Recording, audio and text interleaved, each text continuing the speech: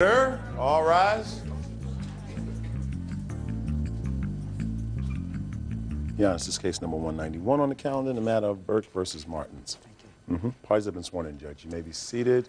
Folks, have seats, please. Ms. Burke, according to your complaint, in July of this year, Yes. you moved in with the defendant, signing a 6-month lease with her. Correct. As a roommate. Correct. It was not a match made in heaven. No. It is your claim that 3 weeks later, she forcibly evicted you from the premises. You are suing her for the expenses that you incurred as a result of that move. Correct. Okay. The defendant is counterclaiming, claiming that you breached your lease with her, you had no basis to move, and she claims that you did certain damage to the premises. Is that right? Correct. How did you find this roommate situation, Ms. Burke? I have a copy of her ad in Roommate Finders. It's a roommate service, and I went through that service.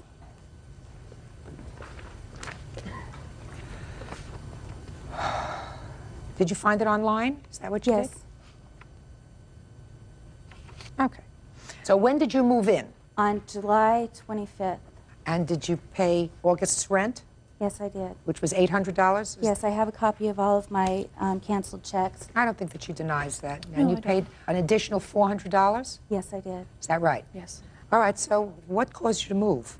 Well, when I moved in, and actually when I came to look at the place, Miss Martinson informed me that she was a massage therapist and that she worked from her home. I wanted to know what kind of massage she performed, and I asked her specifically, is it like sports injury massage? And she said, oh yeah, that's basically what I do. And I said, well, what hours do you perform massage out of the house? And she told me it was strictly during the day.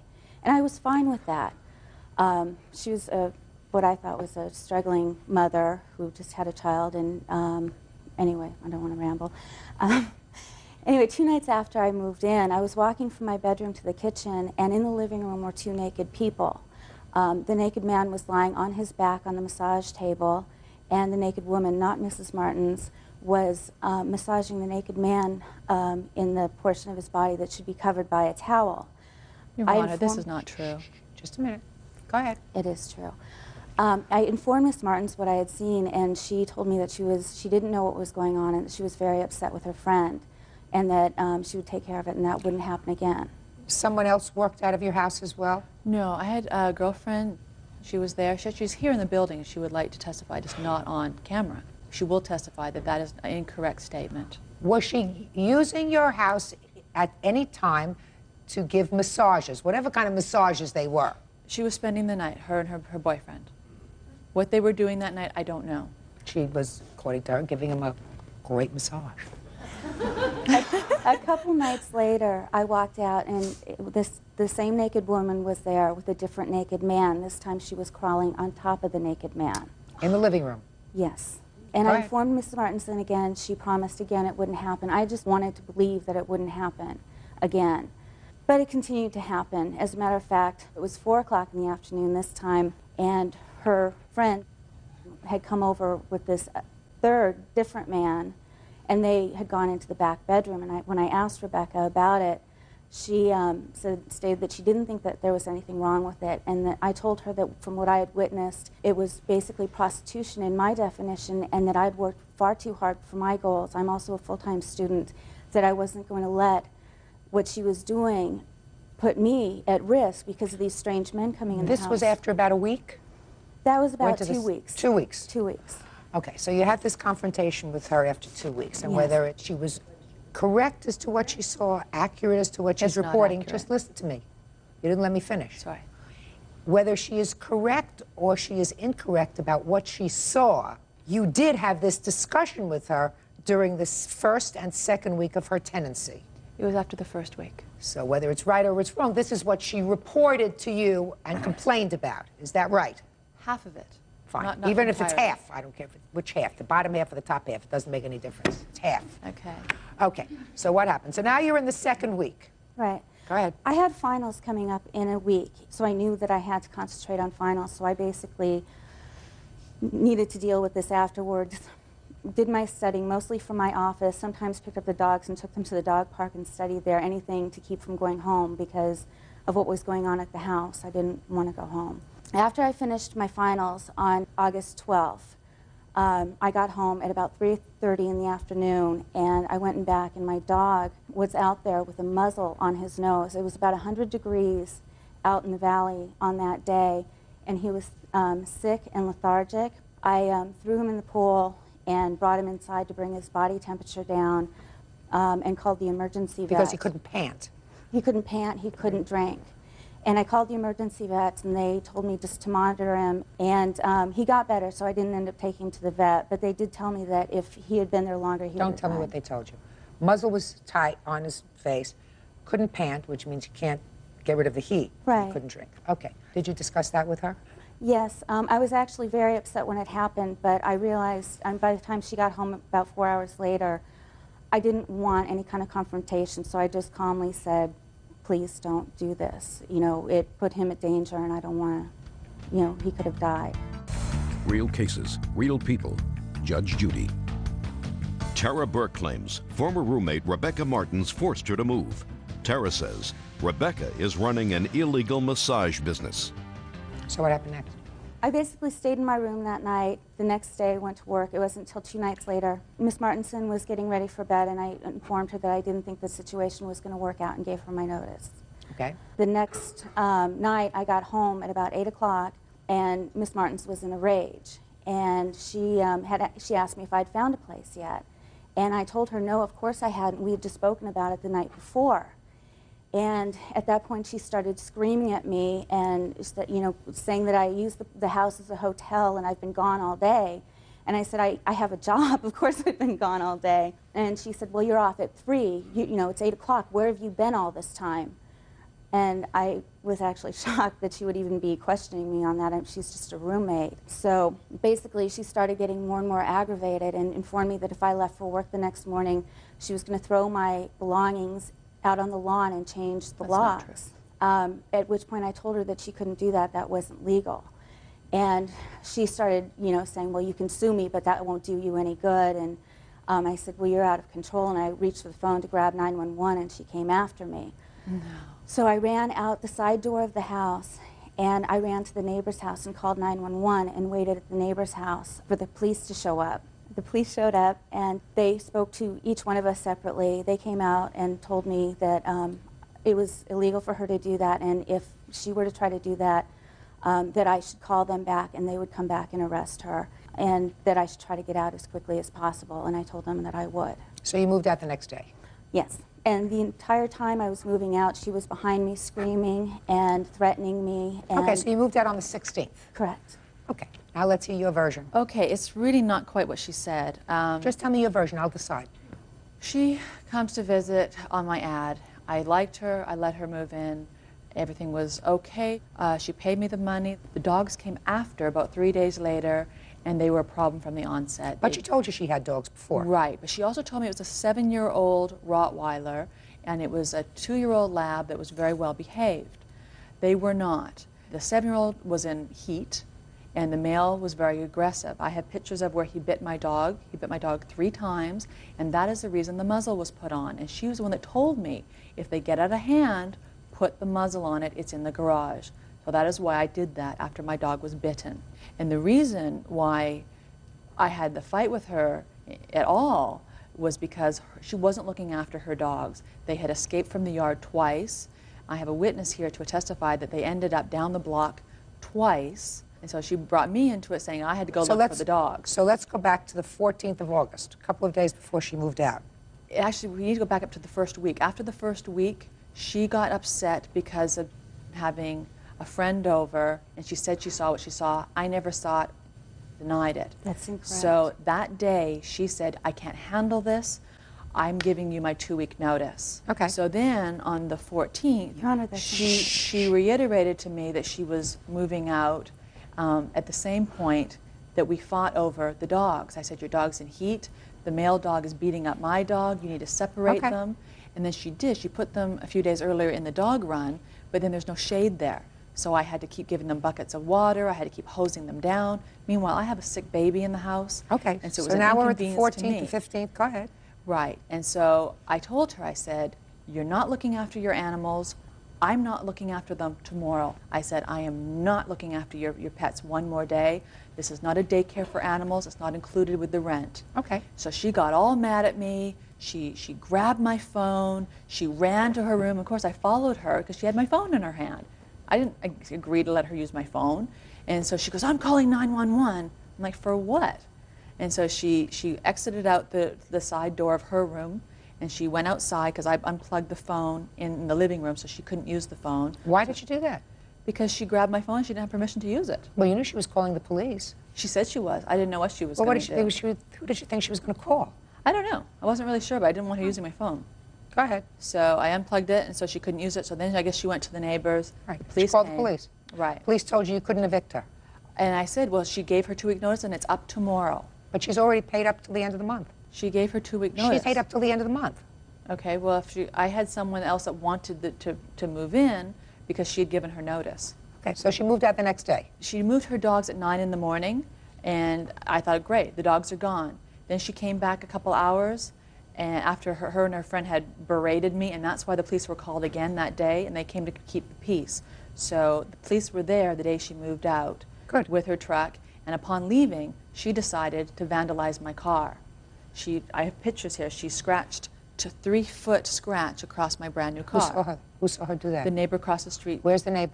They didn't want to be on camera. Everybody doesn't want to be on camera. You must have people who are wanted for something. Let me explain something to you. I take testimony. Right. I'll hear a witness.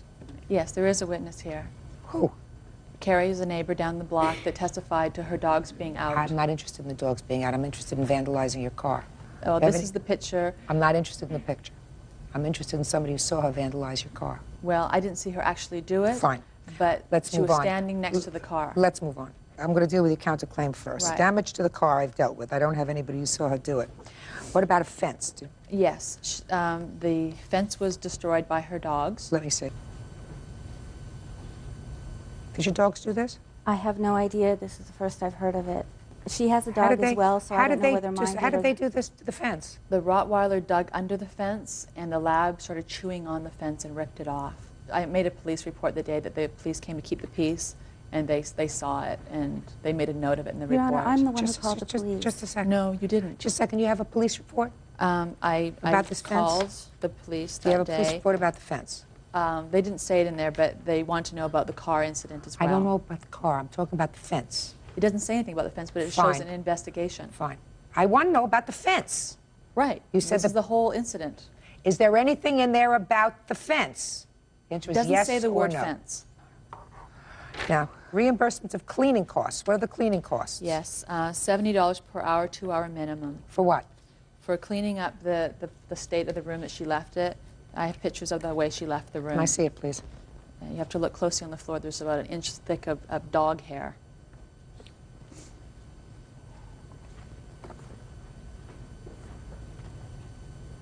This is the room the way she left it? On the floor, yeah. It's pretty clean to me. Next. There's dog hair on. No, look on the floor. I'm looking at the floor. Okay, and the Looks pretty clean to you? Looks clean to me. Next. What else? Okay. Defamation of character and miscellaneous expenses. Right, the biting of my dog Forget it. was a show dog. Okay, good. Okay. The dog. Miss Martins, I'm not going to torture you anymore. Let me give it to you as I see it, madam. Okay. The plaintiff wanted a roommate. Yes. She wanted to live with someone. She answered your ad. Yes. In good faith, she came. You asked her for $400 security. Yes. She gave you $400 security. Yes. She agreed to move in. She moved in on or about the 25th of July. She paid you the entire amount of rent Yes. so that she was all paid up through the end of August. She was so uncomfortable with the situation there that she saw, so uncomfortable that according to you, she was so upset that your friend was doing business out of your house that after 1 week, she said, I can't stay here anymore.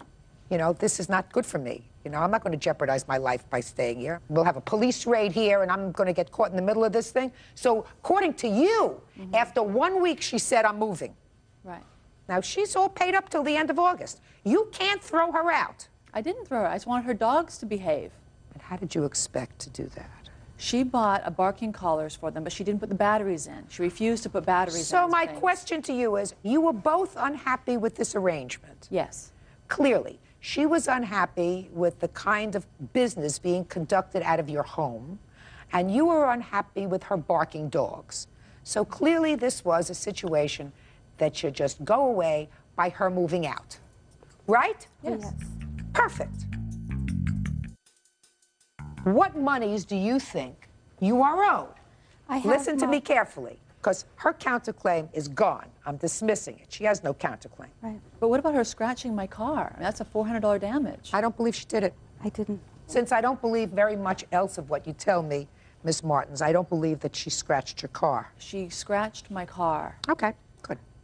Where did you go after you left her house? A good friend of mine, when he actually heard what was happening in the house, had been telling me, get out, I have a three-bedroom house, you can stay with me.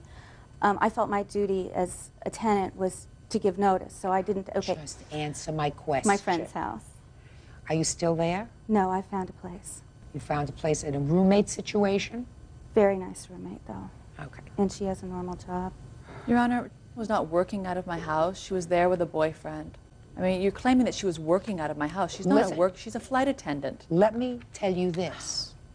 Whatever she was doing in your house when you weren't there, I was according there. to you, listen to me, you're not getting it. Are you thick? I tried to explain it. I will do it one more time. She came, she gave you money. According to you, she gave you notice within 1 week that because of the things that she was observing in your house and she was so distressed, she was giving you notice. That's according to you. Well, she could Now, see just through a second. walls? Just a second. What I'm telling you is, based upon what you told me, after 1 week of living in your house. She was complaining, yes. No, is very attractive and very thin, and she was calling her a crack because of her thinness and her wanting to swim in my Miss pool Martins, naked. Miss Martins, there is no question in my mind that the She was plaintiff... jealous of her. Judgment for the plaintiff in the amount of $1,100. That's all. Parties are excused. You may step out. Oh, it was complete. Order. All rise.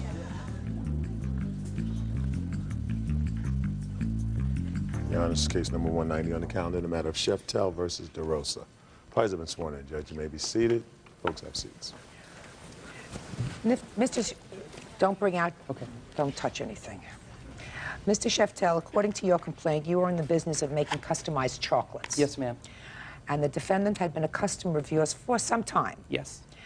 There came a time when she ordered a customized item, Correct. which you claim you delivered to her, put on a credit card. Correct. She stopped payment on the credit card and returned the chocolate. Yes. You say there was nothing wrong with the product and you want her to pay for it. Correct. Mr. Rosa says the product was defective and delivered late, right? Yes, my horse looked deformed. Okay. How long had she been a customer of your business? About 5 or 6 years.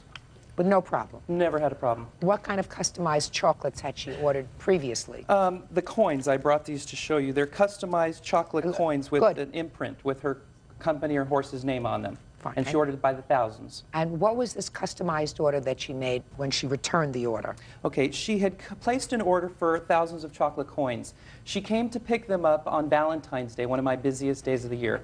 While she was picking them up, she was on her way to a horse show. She asked if there was anything new that we're doing. You know, she's always interested in something different. And I showed her the photo chocolates that we do.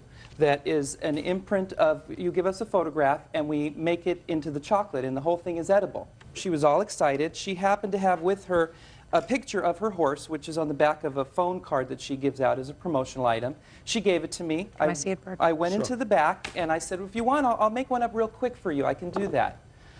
So I went into the back and I made one very quick for her, just to give her an idea. This is the exact sample that I made for her. Let me see. No, I ate the sample. I have an eating disorder. I ate the sample. Listen, Mr. Rosa, don't speak until I speak to you. Sorry. Don't look back there. Look here. Don't forget. Don't speak. Okay, so this, you say, is the sample you made for her. Yes, here, this is the finished product that we actually shipped out, several hundred of these. Okay. And you can take them out of the box if you'd like. Just a minute. I don't want to take them out of the box. Okay.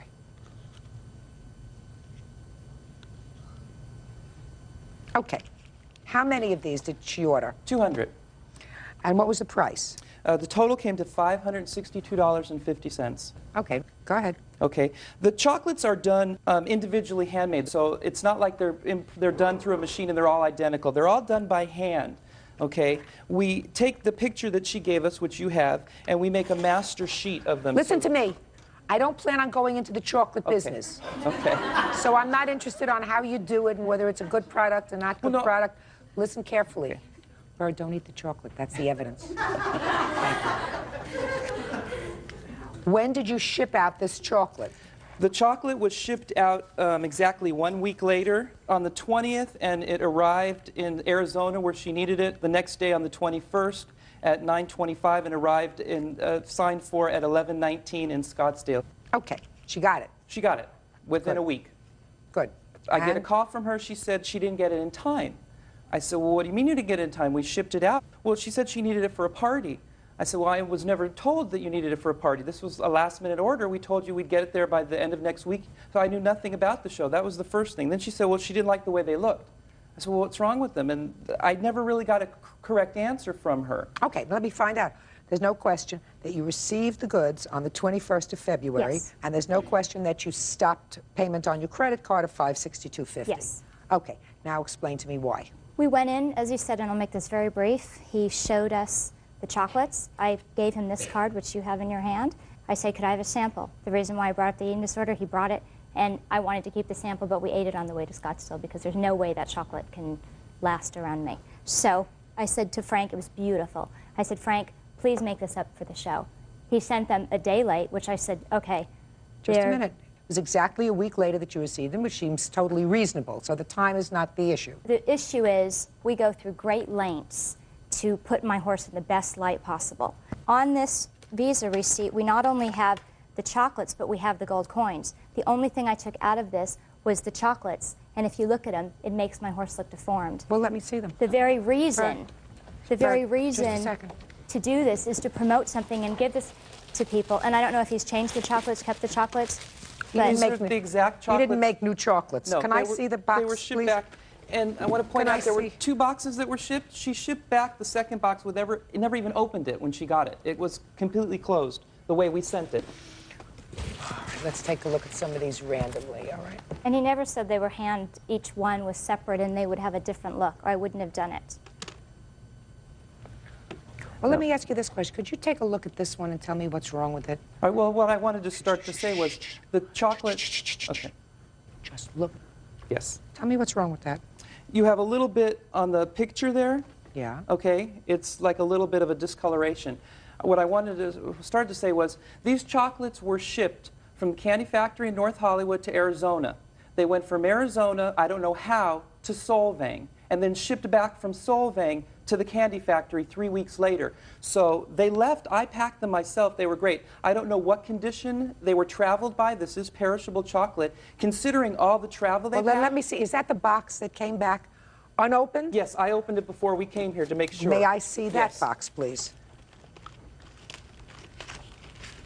And it says on the side of the box. Just a second. I don't care where it went to, before or after or whatever else. This one she opened. This one, And she according removed to 10 of those bars also and sent it back. This one, according to you, she did not open. Correct. And it came back to you unopened. Correct. So she just opened the first one, took a look at them, saw some that were defective. That's what she says. Well, I see some that were defective. Here you say it may have happened later. Correct. So let's take a look randomly at some of these.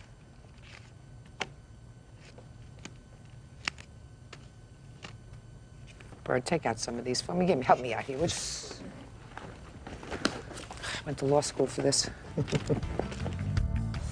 Real cases, real people. Judge Judy. Chocolate maker Frank Sheindlin says Timmy DeRosa refuses to pay for the custom-made chocolate she ordered. Timmy says the chocolates were deformed. Okay.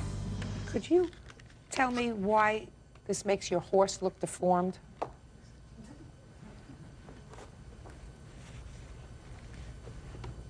Well, this particular one doesn't. This one is faded. Would you hand this to somebody if this was the Judge Judy thing, a gavel, and your whole gavel was halfway off? I wouldn't give somebody a picture of myself that they could eat. Well, you know what? That And that's the point. These are edible. In 2 minutes, they're gone. Then don't have beautiful ones to show. Are you talking to each other? Don't irritate me. This case is irritating me enough. You cannot hand these out. There's some of them where their eyes are popped, where their eyes are bulgy. This is faded. You can't give this to somebody. These are multi-$1,000 horses. His stud fee's $3,000. We ship semen all over the country. Could I please have that back? Listen, what I I would don't not understand, hand Miss, any I'm of this to speaking, anybody. I'm speaking. Mr. Sheindlin, something that I don't understand from a business perspective. Thank you. She's absolutely right that they're faded. But- Shh, I'm speaking.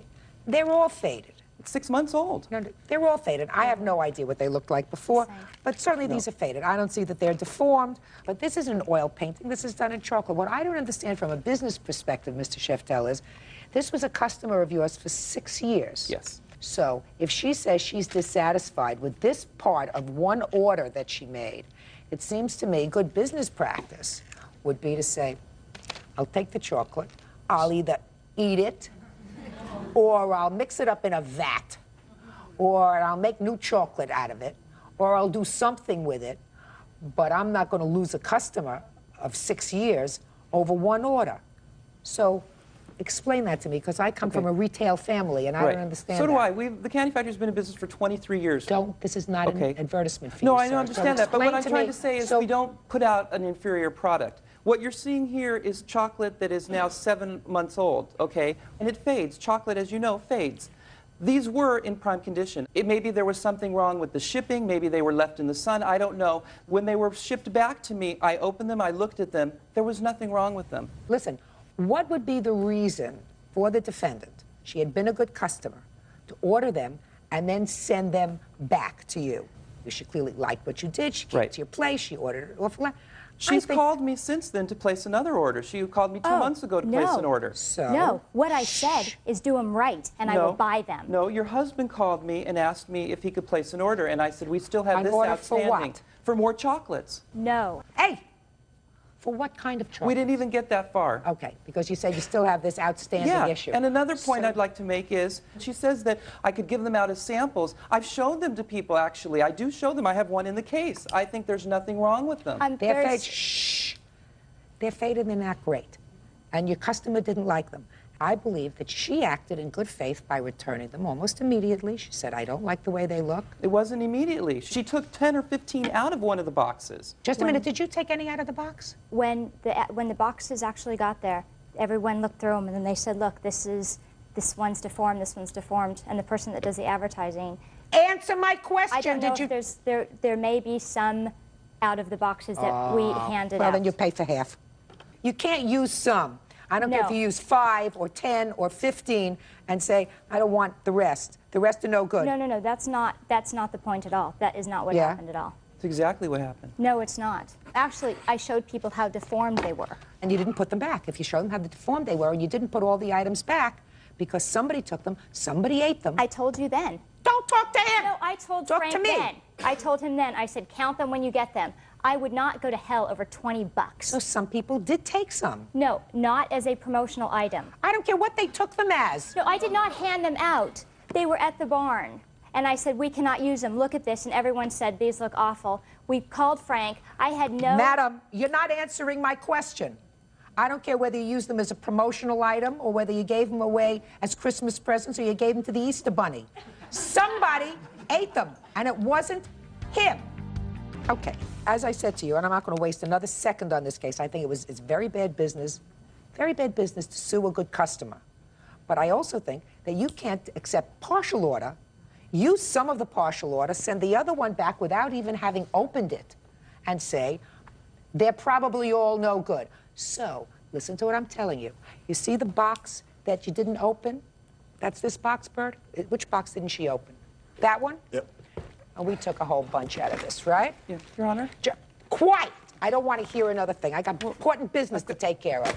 There. You see that box? This came from here. This one is his order. That one is his sample. You see that box? Give it to her. She just bought half an order.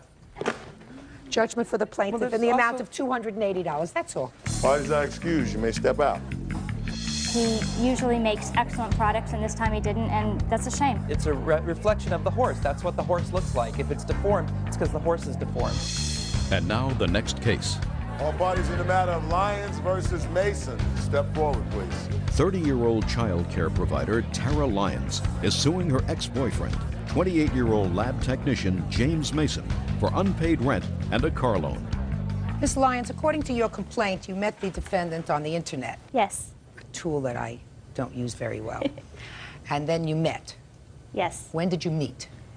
We met about August of 2000. And then there came a time when you decided to live together and he moved in with you. Yes. And it was kind of like iffy and off and on for about 2-3 weeks. And then he permanently stayed there. He moved all his stuff in. When? All about September of 2000. And then in October, he moved his stuff out of our room into a spare bedroom that I have. And he was staying there as a tenant? Yes, he was staying there as a tenant. That must have been uncomfortable. Not really. We still had conjugal visits. That's more information than I needed. Okay. The arrangement was that when he moved out of our bedroom into the spare bedroom, I said, well, if we're going to live like roommates, then you need to pay rent. And so we agreed on $200, and he was going to start paying in November 1st. Okay. When did he make his first month's rent payment? He never did. When did he move out? He moved his body out on the 2nd. He moved the remainder. 2nd of what? The 2nd of January. He removed the remainder of his stuff around between the 18th and the 22nd So of by January. January, he's gone. November, he's supposed to pay rent. You say he never paid rent, so he's got November and December rent. And 2 days in January. Forget 2 days in January. Stop being silly. What else do you claim he owes you? He owes me little odds and ends, like he needed $40 here and I don't want to hear $40 here and $40 there. Okay, well, I kept track of it. Did he sign a note for the money? No, I wrote it in front of him, and he agreed to it. You remember that? No. That she wrote a note in front of you and you agreed to it? Right before I moved out. Just to answer my question. All right. You don't remember her writing down little pieces of paper? I remember her handing me a note. And the note said that you owed her how much? Like $600. You have the note that you gave him? I have the receipt from the first payment after he had left. On January 20th, he paid me $100 to be reducted from the $610.43 that he owed. So he owed me $510.43. That sound right? Look at me. I don't know. Look, January 20th, 2001. Yeah. You gave her $100. Uh-huh. That leaves a balance of $510.43. After January 20th, 2001, did you give her any more money? Yes. Show me. Right here. Good. Okay. Did he give you any money on February 18th? Yes, he gave me another $100. Right. How come you didn't tell me that? No, I just said I had a receipt for the first $100. Okay. He gave me another $100. And he gave you another $100 on April 15th? No, he did not. Show me that you gave her another $100 on April 15th. That's all I have. She would call me and say, you know, it's almost payday. And she'd say, are you going to have some money for me? And I'd say, yeah, Tara, I'll have some money for you. And I'd come over and I'd drop off the money and give it to her. No, he didn't. We would have emailed each other back and forth, which means I would have had records of it through email. Most of my stuff, my information is through the emails. That's how I know exactly how much he owes me. My last email from him was on May 9th. I wrote him, it says, I haven't heard from you. I'm still waiting for you to pay me on May 11th. On May 10th, he wrote me, no, I will not be stopping by. I cannot afford to pay you this month, maybe next month. May 16th, I wrote him back. I will write you in June. On June 1st, I wrote him, okay, what day of this month is good for you? This was at 9:29 p.m. On June 1st at 9:49 p.m., he wrote me back, none. Then on June 2nd, I had wrote him back, why is it taking you so long to pay me back? You owe me less than $420. On the 4th at 7:06, he wrote me, I will not be paying you. I cannot afford anymore. Sorry. Well, he owes you right now $410.43. Right. I don't know that money. You have those communications with her? Yeah, I sent her the emails, but I mean... Mr. Mason, according to this piece of paper that you gave me, you owe her $310. Yeah. All right?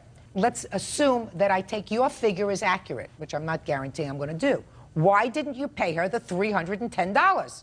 Because I don't owe it to her. Just a minute. You just handed me this piece of paper, sir. Yeah. According to this piece of paper, your evidence, you still owe her $310. Why didn't you give her the $310 that, according to your piece of paper, you still owe her? I don't say that I owe her that other $300. I do. Judgment for the plaintiff in the amount of $410. Thank you. Parties are excused. You may step out. They have brought their dispute over 2 loans before Judge Judith Sheindlin's court. Order, all rise. Quiet in the courtroom, please. Your Honor, this is case number 143 on the calendar in the matter of Snook versus Snook. Parties have been sworn in. Judge, you may be seated. You folks were married for 8 years. Still married, but in the process of getting a divorce. Correct. Correct? Correct. You have 2 kids? Yes. How old are they? 8 and 3. 8 and 3? Boy and a girl? Yes. At issue in this case are 2 loans that were made during the course of your marriage. One for $3,500? $3,800 to your mother. Yes. And another one to a friend for $1,500. Correct. Correct. You, sir, seem to acknowledge that these loans were made, but refuse to contribute towards repaying them. Yes. You're going to tell me why in a minute, I assume. Also at issue are possession of wedding photographs. Is that in an album? There's a few that he has that he's taken out, but I have some, he has some, but I prefer to have them all together. They're more like personal photos, private photos that she would like to have back. I'm talking about the wedding photos. The wedding photos? Yes. There was a few he had, but that was not the issue. The ones that were the issue was the private, personal photos that we had that I want back. And the photos of our kids, videotapes of the children that he has. Well, first, let's talk about the loans, then we'll talk about these photographs. What was this loan for $3,800 to her mother? What was it for? Money accumulated through the time of our marriage that her mom had loaned her. What do you mean loaned her? Excuse me. Yes, thank you. Just a second. Sorry. I don't need help. What do you mean that she loaned her? Some of the loans I knew about, some of the loans I did not know about. They were for bills that we accumulated. Well, sir, you seem to acknowledge that her mother made loans to you as a couple. Yes. For your bills in the amount of $3,800. Now, that doesn't mean that he's responsible to pay the $3,800. You understand that? That he's not responsible to pay it? No, he's only responsible to pay a portion of it. Yes. Half of it. You seem not to understand that in your papers. Well, he won't pay any of it. You understand, at least I hope you understand now, that he is not solely responsible for paying the $3,800. If your mother made a loan to the 2 of you as a couple, it seems reasonable for each of you to be responsible for half of that loan, unless you can give me some reason why you shouldn't be responsible for half of that loan. I don't think I should be responsible for any of the loans. Well, you're going to tell me why in a second. We haven't gotten to that part yet. First, I want to make sure that she's being reasonable. First then I'll get to your being reasonable. First off, I do think he should pay for most of it too, because part of the loan that we took out, she wrote off $2,500 of it through my college education that I had before I met Jamie. And I don't understand that. We had a debt of about $6,500, and she wrote off $2,500 of it as a thank you to me for me paying for my own college. I'm not talking about your college, madam. I'm talking about the money that your mother lent, come on, for your household bills, which were $3,800. I assume over the course of time this was in dribs and drabs. Yes, and part of it also was for his vending that he had to take out, and I figure he should pay for that. For his what? He has vending machines, like snack machines and stuff. Were the vending machines the source of your family's income? No. What do you do for a living, sir? I work at special effects and repairs on rides. And you also have some vending machines? Yes. And what did you do with the money that you got from these vending machines? I was paying on the loan that was taken out for the machines. And the accounts were small, so they weren't making enough to pay the loans. So you were hoping that this business would get going? Yes. Okay. I'm not going to debate this with you any further. You are responsible for half of these loans. Now, let's get to you. You don't think you should be responsible for any loan to her mother. Correct. Tell me why. Currently, I'm paying out a month right now for my expenses and her expenses, $2,800 a month. That's just monthly payments. I write out every month in checks. Right. And then I have another $10,000 of other unpaid bills that I'm going to be responsible to pay for also. So as a contribution towards this, she can take care of that loan while I'm taking care of my living expenses. Do you work? Presently, right now, no, I don't. Well, how are you supporting yourself? Right now, Jamie is supporting us with what he gives us, but Jamie seems to only want to pay when he wants to pay the bills, and he doesn't have a $10,000 debt that I'm involved in. So I disagree with what he's saying there. What kind of work had you been doing? I'm a hairdresser. And I did for 10 years, and I supported Jamie for the first 2 years of our relationship. I assume that when the divorce is over, you're going to go back to work. Oh, I'm going back to work. So, sir. Yes. Right now, are you voluntarily paying this $2,800, or are you paying it by court order? Voluntarily. You're going to have to allocate some of that money towards repaying the loan to her mother. Half of it. Do you understand? $1,800. Half the loan to her mother. Now you have a $1,500 loan to a friend. What was that for? Who wants to tell me? It was a loan she had taken out from a friend of hers to catch up on some bills we were behind on, and...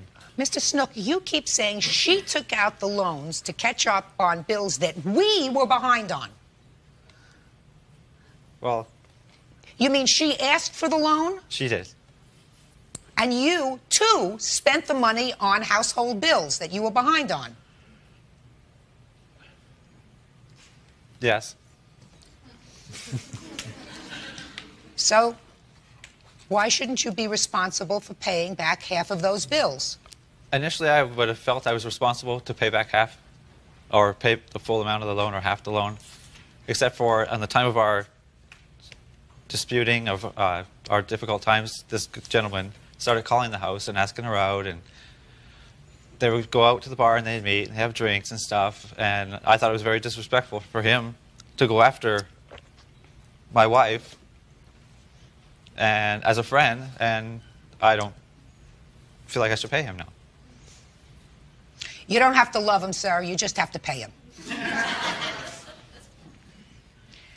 And you only have to pay him half, so it should make you feel better. I felt he was wrong on that because he felt I was having an affair with this guy, Terry, which I wasn't. He felt I was doing something behind his back, so he wasn't going to repay this loan. He tells me flat out that he's not repaying it because he says, I cheated with another man, and now I can do the debt. But that's not true. And well, whatever. You asked Terry for the $1,500. Only because he asked me to. I did not. Just a second. You sound, madam, yes, you sound like a very, very self-assured person. You didn't ask Terry only because he asked you to. I mean, he didn't strap you down. No, I don't normally go out and ask people for money. But you asked Terry for this money. You have to pay $750 back to Terry, and so do you. Do you understand? That's fair. We're talking about being fair. When a marriage breaks up, there are certain assets, and each of you will want half the assets, and there are certain liabilities. Yeah, but being that I owe him money, I don't think he should be contacting my wife and trying to go out with her. That's none of your business at this point. Well, there was a Just a second. Don't respond. That's none of your business at this point. That was disrespectful as a friend, and then expect me to pay him money after he's trying to sleep with my wife. And then he wants his money back. So he gets her and the money, too. Let me explain something to you. You made this debt. You and your wife made this debt. If it turned out that you didn't like him over anything, whether you felt that he was disrespectful towards you because he was pursuing your wife, whether that's true or not, it's really not relevant. Whether he disrespected you in some other way, that does not negate the fact that you owe this money. Somebody is going to have to pay him back the money, and you originally agreed to pay him back this money as a couple. Period. End of discussion. Do you understand? Yes. Perfect. Now let's get to the rest of the stuff, which sometimes is the most sticky of wickets with regard to people who are divorcing. Judge Judy will continue in a moment. She's a black widow, and you let her come in. Yeah, but she did her little nest, and you fell for it. Real cases, real people. Judge Judy. Melinda Snook says her husband James cheated on her. James says Melinda was unfaithful. While waiting for a divorce, they have brought their dispute over 2 loans before Judge Judith Sheindlin. Wedding photographs, photographs of the children, videos of the babies. These things are treasures of the children's, not really yours. It's interesting, 50% of the marriages in this country unfortunately fail. It's a sad statistic, but true. And so many wedding albums end up having heads cut out of them. You know what I'm talking about? Mm-hmm. Because that's what you choose to do. The truth is, when your children are adults and much older and you're not here anymore, your children and grandchildren would like to be able to look at their family histories. So I want you to think of these photographs of your wedding and the times that you spent together with your children as really being, you're holding them in trust for your kids. They're not really yours. The wedding albums really will have no sentimental value for you, but they will for your children. The wedding photographs should not be headless. This picture, you have no head in that picture. He has no head. So I don't care how you deal with that. If one person wants to keep them and put them in a vault, we can do that. Or it's very easy. We live in a very technologically sophisticated era. You can make copies of pictures. You can make copies of videos. So you have family videos that are in your possession. Is that right? Yes. And you would like them? Not just the family videos. He also has some personal pictures I want to make sure I get back. Let's talk about the personal pictures in a second. I'm talking about the children's pictures. If that's not an issue, then don't waste my time. Oh, no, it is an issue. You put it in your papers, so I'm I'm addressing the videos, because he said I couldn't have them. Sir, yes. She should have every picture that you have in your possession, or a copy thereof. You have pictures in your possession? At home, yes. Well, whether they're at home or whatever. I already made the albums for the kids. That's why I want these pictures back. Fine. He would like copies of all the pictures that you have. Do you understand? Yes. Is that reasonable? Yes. Good. So you add them all up. If you have 100 pictures, each one of you pay for 50 and make copies. So now you have half. And if you have a video that you want, is it a video of the kids? Yes. How many videos do you have of the children? About roughly 8 or 9. I have them here. Let me see what they're on. What kind of thing are they on? I'm on VHS tape, Judge. 8 Just a second. My technical advisor is giving me some information. He can copy them on a VHS tape. Good. You can copy them on a VHS tape. Make her a copy. So she has a copy and you have a copy. Is that fair? Yes. Perfect. Now, the photos that you want, I assume, the personal photos, because of the way you say it to me, probably of photographs that you would not like to have broadcast. Exactly. Judge Judy continues in a moment. I believed everything she said, that she was fooling around on me and cheating on me, and I took it very hard. Real cases, real people. Judge Judy. A divorcing couple, Melinda and James Snook, have come before Judge Judith Sheindlin to decide who should pay for outstanding loans. Are they all there, sir? Yes. And the tape? Just a second.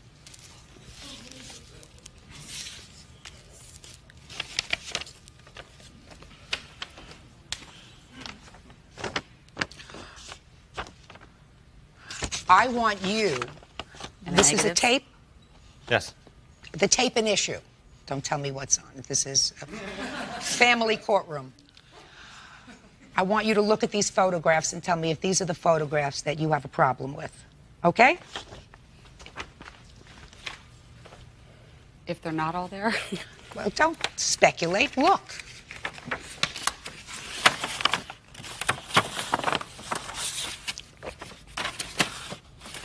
Most of them. Okay. There's a few I can see that he might not call bad, that I still consider bad, but aren't in there. But these are the worst of the lot. Yes. Now, you want them back or you want them destroyed? Destroyed. We're good at that.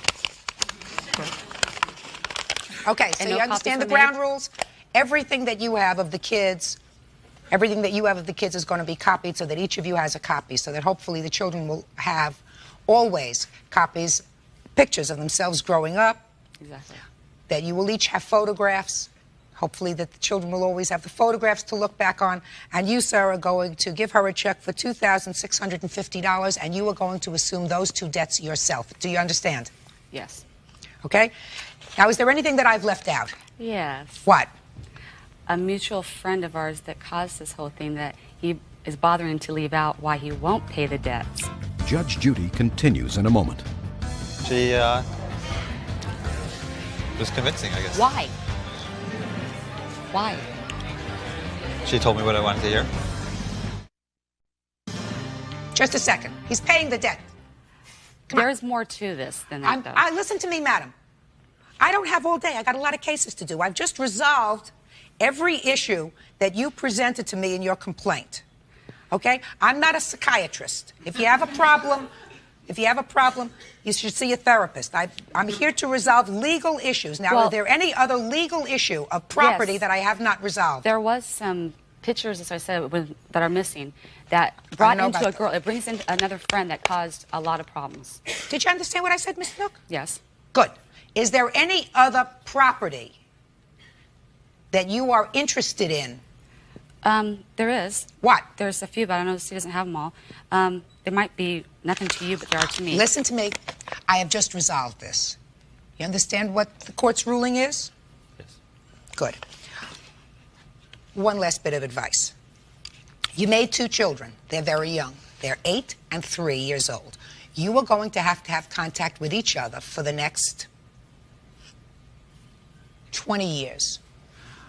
Graduations, proms, engagements, weddings, after that, grandchildren. If your marriage is over for whatever reason, I want you to love your children more than you hate each other. Is that fair? Your children didn't ask to be born into a war zone. And I'm certain that when you had your kids, you had every intention of giving them a loving, secure home with two parents. That didn't work out. The children's emotional security should be paramount in your mind. And I want you to understand, and you to understand, that if either of the children has an emotionally damaged parent because of what you do to each other, that's going to hurt the kids. So I'm very serious with you. Love your children more than you hate each other. Okay? That's it. Parties are excused. You may step out. Good call, Judge.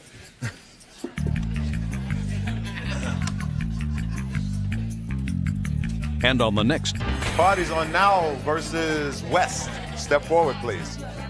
54-year-old Jim Knoll is suing Gary West, a salesman from Fullerton, California. Jim's son Ty says that while driving his father's new Ford Explorer, Gary's son Jared was horsing around with the four-wheel drive controls and caused $1,300 in damages to the truck. Order. All rise.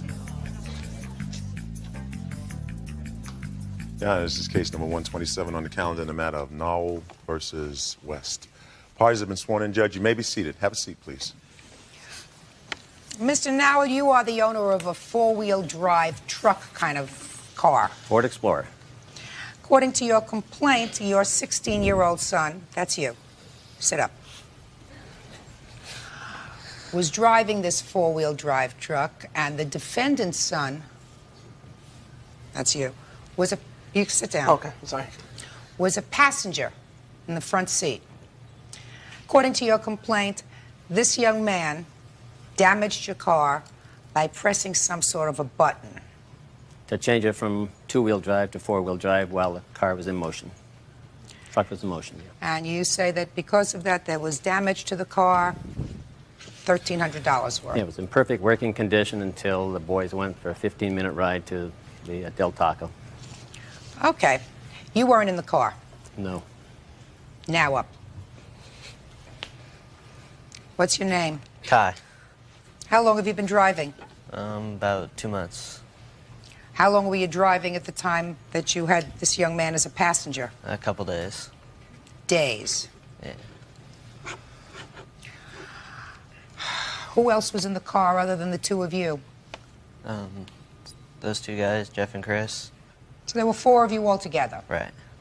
So tell me what happened. You get in the car and your friends get in the car and you decide to take a little spin. We were going to Del Taco to get dinner, and we were just, you know, driving, and Jared decided he wanted to push the 4-wheel drive button. So he kept hitting it, and I asked him to stop, and I told him to stop, and I slapped his hand away and tried to make him stop, but he's bigger than me, and I was trying to drive and do it at the same time, so. Why didn't you stop the car? Because I thought he was, I don't know. Did you have any sense that that would damage the car? I thought it would do it if he did it enough, but I didn't think it would do that much damage. You wanted to say something, sir? Yeah, basically, you know, his friend was in the back seat, and he's not a friend with the defendant, Jared West. And so there's little intimidations, a new group of friends. He was trying to be in that thing, so he didn't just stop. He came home to us and told us when it happened, and that's the first thing he said to us was how disappointed he was that he let us down. He said I should have stopped the vehicle and just kicked him out. That's what he told us, and he was crying. Right. He was crying. He knew he didn't do the right thing. Okay. But he tried to do the right thing, but he didn't stop the car. Your name? Jared West, Your Honor. So you're driving as a passenger in this car? Yes, I was. Do you drive? Yes. What kind of a car do you drive? 1993 Pontiac Trans Am. What were you fooling around with the buttons for? Well, what he forgot to mention was that on the way to Del Taco, he stopped off and he was driving through a grassy knoll and hopped a couple curbs and stuff. And I figured since he was going over a grassy knoll... Going over a grassy knoll. What does that look like? There was like a park-type area behind a Save-On drugstore. Mm-hmm. And he had jumped over a curb and went onto the grass. And I figured since he was going on the grass and stuff that he might want to be on 4-wheel drive. And then he said he didn't want to, you know, he didn't want me to do it. And then it just, I'm sorry to say, it sort of turned into a game after that. And I shouldn't have done it. You know, I realized that. Don't put your hands up, sir. You weren't there.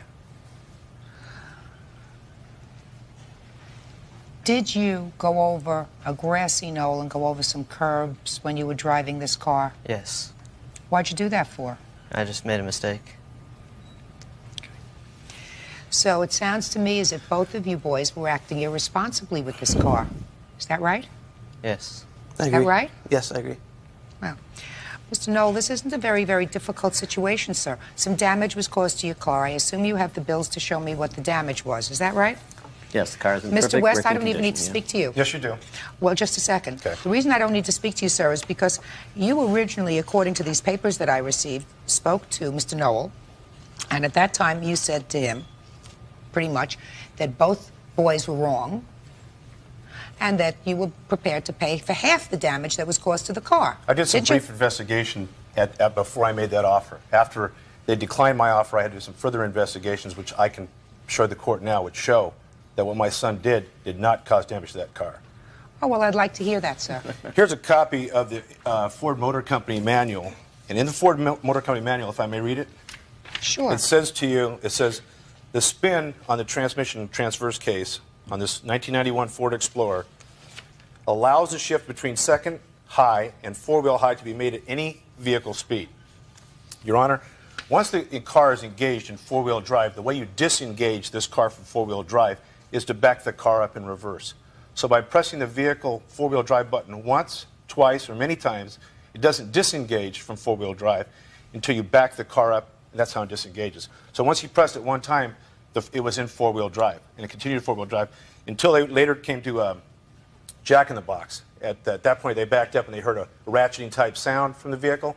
That's when it was coming out of 4-wheel drive. Can I see the estimates that you have, please? May I say something else, Your Honor? Sure. Chris is here to identify or to be witness to the fact that Ty has taken this vehicle to different parking lot locations, jumping curbs and parking barriers that he failed to mention to his dad also. Mr. West, I wasn't there. You weren't there. Correct. This young man did something wrong. He's acknowledged that he did something wrong. Your son acknowledged that he did something wrong. They both did something wrong because they were playing around with a very expensive piece of equipment that neither one of them bought or paid for, belonged to the plaintiff. Now, your mistake, Mr. Knoll, was that when you write here, the defendant offered a 50% settlement, which we rejected as a matter of principle since we didn't contribute in any way to the damage. That was a mistake. Your son contributed to the damage. He contributed to the damage in either one of two ways. Either because he, in fact, drove the car recklessly, and or he did not, at the moment that this young man decided to push the buttons on the car that he knew was wrong, he didn't take care of this expensive piece of property the way he should have, which was to stop the car and say, get out of the car.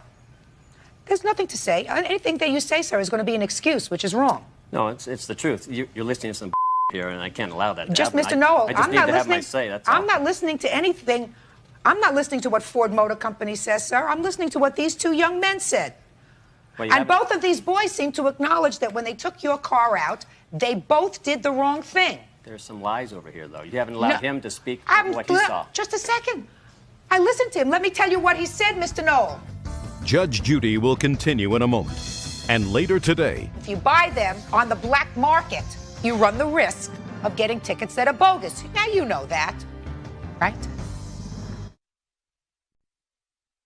Real cases, real people. Judge Judy. Jim Knoll says his 16-year-old son, Ty, was driving his 1991 Ford Explorer when Gary West's son, Jared, unexpectedly threw the truck into four-wheel drive, causing $1,300 worth of damage. Gary says he doesn't believe what Jared did could have caused that kind of damage and refuses to pay for the repairs. He said, one, he drove the car over grassy knolls, up and down curbs, and he knew that was wrong. No, one curb. You weren't there, sir. You better stop making excuses for your son. He seems like a very honest young man. You So keep am I. making excuses for him, and I guarantee you, you're teaching him a very bad lesson. He's standing here, he's being truthful. So am I. No, you're not, because you weren't there. You're making excuses. And if you were savvy and know what was going on, how many children do you have? 2. How old are they? 25, 16. 25-year-old's a boy or a girl? Girl. Now you have a 16-year-old son.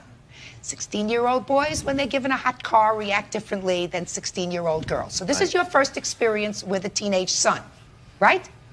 Trust me, I've had 3 teenage sons. They all act like they're 4 years old, especially when they're in a car for the first time. 2 days he's had a license so that he could drive by himself. 2 days, and you give him your car. Stop making excuses for him, Mr. Knoll. The first, put your paper down, sir. Your son did the wrong thing. Without a 2-day trial with experts from Ford Motor Company and without mechanics here who were able to testify as to what the actual damage was and based upon their expertise what caused it, I have to rely on my sense of common sense. And don't say a word. And my sense of common sense is that your son did the wrong thing and that his son did the wrong thing. And the only one who's getting stuck is him, because it's his car and he's got to pay the damage. So the damage to the car, and I am let me just look through the rest of these things. Okay. The total damage to the car is $1,248. And, sir, I am awarding you $624, which is 1/2 the cost of the damage, because I believe that both of these young men contributed to this damage. Both of them did the wrong thing with your precious piece of metal. And next time you won't do it. Do you understand? I understand. That's all. Thank you. You may step out. Have the back door to your right, please. What my son did no damage to his car. I have nothing to say this matter. I don't care to shake your hand. I think you're a jerk. Okay. And now the next case. Parties on Shank versus Beckman. Step forward, please. 18-year-old Troy Shank bought Metallica tickets from 26-year-old Robert Beckman. Troy didn't have the cash, so he gave Robert a guitar for collateral. Now Troy claims the tickets were bogus and wants his guitar back. Mr. Shank, you wanted to see a concert. Yes. What concert was it? It was a Metallica concert. A what? Metallica. Metallica. What is ma'am. that? It's a group. Heavy metal band. Why did you want to see that? I like them. According to your complaint, sir, the defendant here had some tickets for this Metallica Yes. concert. You wanted 3 tickets, Yes. but you didn't have any money. Correct. So you gave him a guitar as collateral for the Correct. tickets. What was the purchase price that you agreed on for the tickets? $50 a piece. I wanted 3, so $150. And you gave him the guitar. Correct. What happened? It turned out later that the... You went to the concert. Yes. What happened when you got there? We went to the front. We showed them our passes and stuff, and they said that they were counterfeit, and they questioned us thoroughly where we got them, blah, blah, blah. They took the tickets from us and didn't let us in. They kicked us out. That was when you went to present them to the ticket taker. Correct. So you asked him for the guitar back. No, after that night, I came home and paged Robert, and he never called me. I paged him previous lots of times for a numerous of probably 6 months, and he never called me back. Yes. Do you want to hear my side now? Okay, what it was is I gave him these tickets, and he gave me the guitar as collateral. I understand that. he Let's did let's not- go back a little further. Where did you get the tickets from? I purchased them off of a student at Saddleback College. And what did you pay for the tickets? I paid $100 a piece for them. And then he wasn't supposed to owe me $150. He was supposed to owe me $350. The problem was he was supposed to pay me a week before the concert. After the concert, I finally get this letter of court. He calls me and says, well, do you have any, like a VCR or TV or anything you can give me as collateral? I said, why? You know, you didn't, how do I know you didn't get into the show? I got on the show, my girlfriend got on the show, my brother got on the show. How do I know you did not get in? You may have had somebody who let you in who wasn't looking carefully. They didn't. They had a problem. I don't understand. I don't understand how they could have a problem.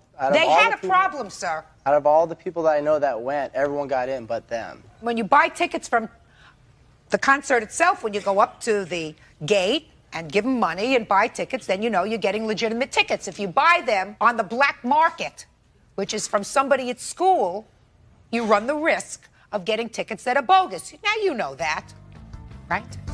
Judge Judy continues in a moment. What do you want to be when you grow up? I'm not sure yet. A lawyer. I would suggest you not decide on the ministry, sir. Real cases, real people. Judge Judy. Troy Shank claims the concert tickets he got from Robert Beckman were counterfeit. He wants the replacement value of a guitar he gave him for collateral. I believe the fact that you didn't get in with these tickets, and the law is very clear. You had a contract. You were going to pay the money to go to the concert. Correct. That's your contract. They didn't get into the concert, and therefore they got nothing in return for their money or their guitar, so you have to give them back the guitar. Do you understand? I don't have the guitar anymore. Why not? I sold it for the money that they owed me. They didn't owe you any money. Well, what the... Let me see the receipt. I don't have the receipt. You don't have the receipt, you don't have the guitar. When did you sell the guitar? Probably about a month after the concert. But they buzzed you, they paged you immediately. Well, that night, I did not have my pager on me. I'd never take my pager to a concert. So, I mean, how would I return it? You got as many excuses as Carter has pills, sir. I don't want to tell you, unless you straighten out, this isn't the last court you're going to be in. Do you understand what I'm saying to you? Yes, I do. But the agreement was he was supposed to pay me a week before the concert. He did not pay me my money a week before the concert. Well, let us assume. So let me tell you. Let me tell you why, Mr. Beckman. You're standing there and I'm sitting here. Let me explain why. If I believed your story that the concert tickets were more than what they claim, and if they paged you, you would have called them back lickety-split because you would have thought to yourself, he's calling to make arrangements to pay me the money that he owes me. That's what would have gone on in my head if somebody owed me money. I better answer this page right away because I want to get my money. You, however, didn't have a page. You lost your page. You were busy. It was raining. It was snowing. a whole bunch of other excuses why you didn't return his page. And the truth of the matter is, you knew that there was trouble. Because there's no other reason for you not to have returned this page. All right, so you're guilty as charged. Now, the next question I have is, this bill for $1,000 for a guitar seems to me inflated. So let's talk about it. Okay. The guitar... How much did you pay for the guitar, and when? I paid $748 for it. Let me see the bill. I do not have the receipt. My mom is here to testify. She's the one who bought it. Fine. I'd like to hear from her. You sit down. Could you step up, please? I have a... Don't give me A. You have a mother. Okay. Mothers, I believe. Tell me your name. Hi, I'm Anita Shank, Troy's mother. Did you purchase this guitar? Yes, I did. And when did you purchase it for him? In '95. How much did you pay for it? Approximately $800. He says $748. Does that sound right? Yes. Okay. You look like a nice young man who may have a bright future. Don't try to be a shortcut artist. Well, it never pays off, sir. Judge Judy will continue in a moment.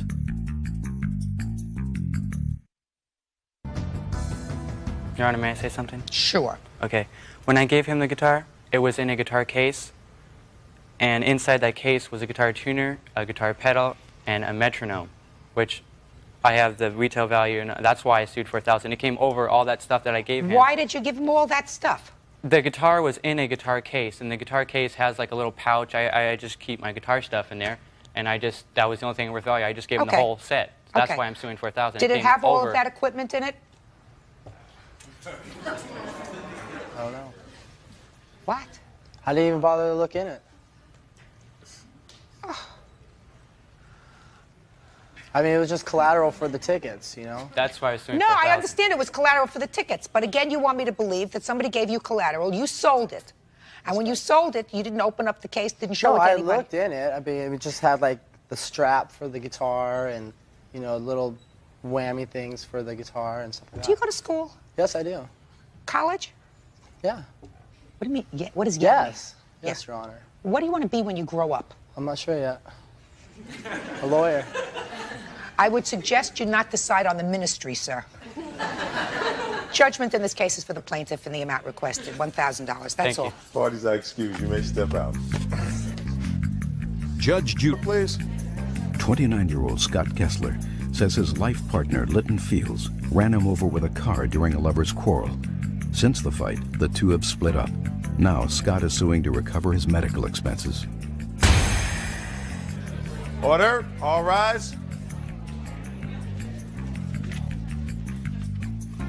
Yeah, this is case number 188 on the calendar in the matter of Kessler versus Fields. Parties have been sworn in, Judge. You may be seated. Have a seat, sir.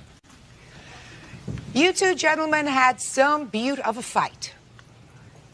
And according to you, Mr. Kessler, you were assaulted by Mr. Fields' car, and he almost ran you over, causing you some serious injury.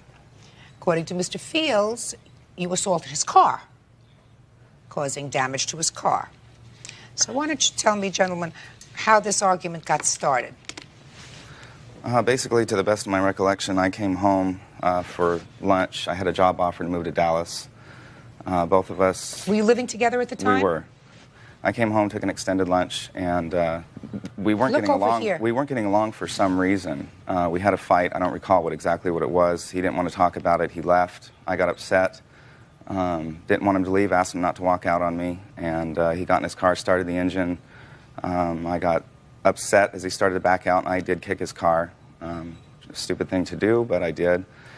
As he backed out of the driveway, he pulled across the street, backed up into the driveway, and put his car into forward and slammed into the back of my car, which is parked parallel in front of my house in the street. Okay, so let me understand this. You kicked his car. Yes, ma'am. He backed out his car and hit your car with his car. Yes, ma'am. And then what happened? Just before he had backed out, a police officer had driven by, and after he smashed into the back of my car, I ran out to flag the officer down. I was standing behind my car when I got out to the street. It happened very quick. The next thing I knew, I was on his hood, and he sped up. Just a minute. You didn't fly on his hood. No, he hit me. He hit you with his car. From the front? Yes. Go ahead. After I was on his hood, he sped up and was going down the street, and With you on the hood of the car? With me on the hood of his car. I was holding on to his windshield wipers to not be thrown off. When I realized what was going on, I got very angry, and I did tear the left windshield wiper off. When I did that, well, that was sort of foolish, sir, because according to you, you were holding on for dear life to these two windshield wipers. One would have thought that you would have held on to them and not broken off your last link to safety. Right? Yes, ma'am.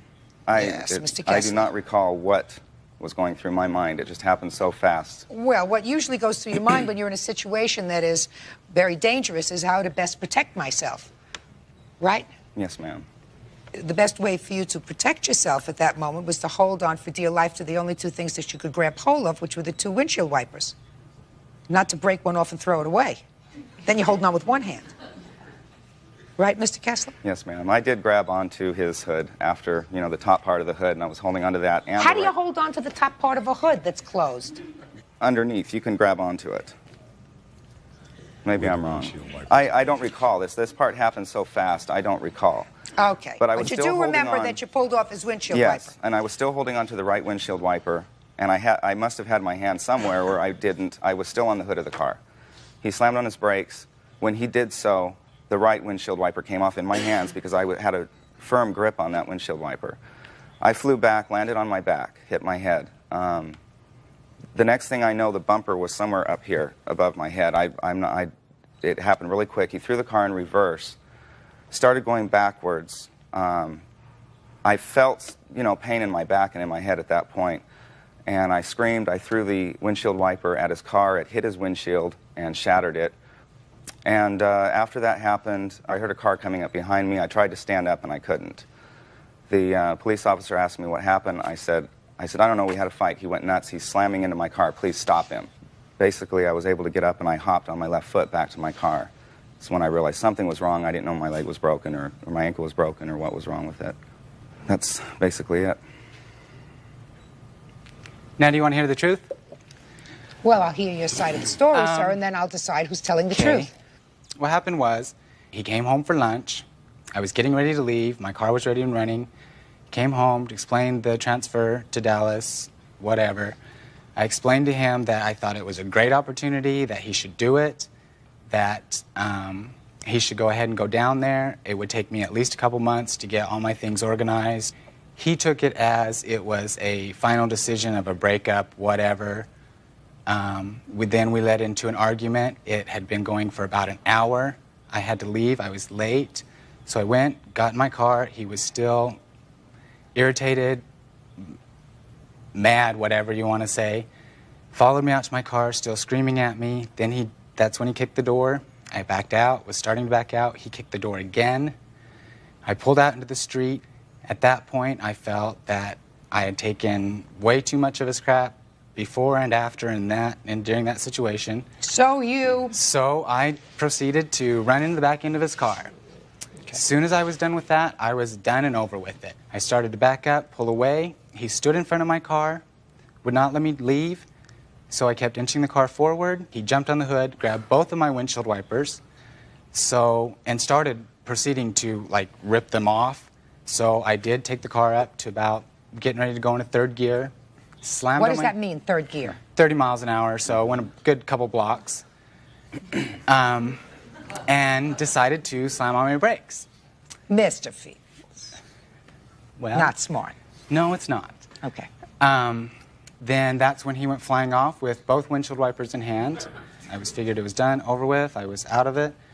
He then proceeded to stand up with windshield wiper in hand and slammed the windshield wiper into my windshield, busted it. I have the receipt for the windshield.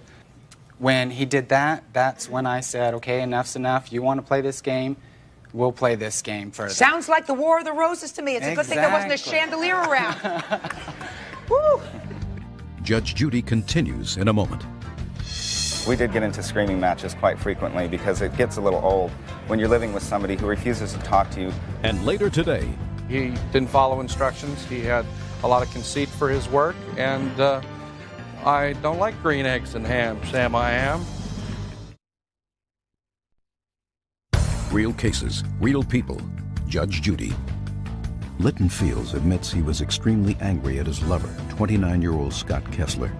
Litton claims running him over in his car was an accident and doesn't feel he should pay for Scott's medical expenses.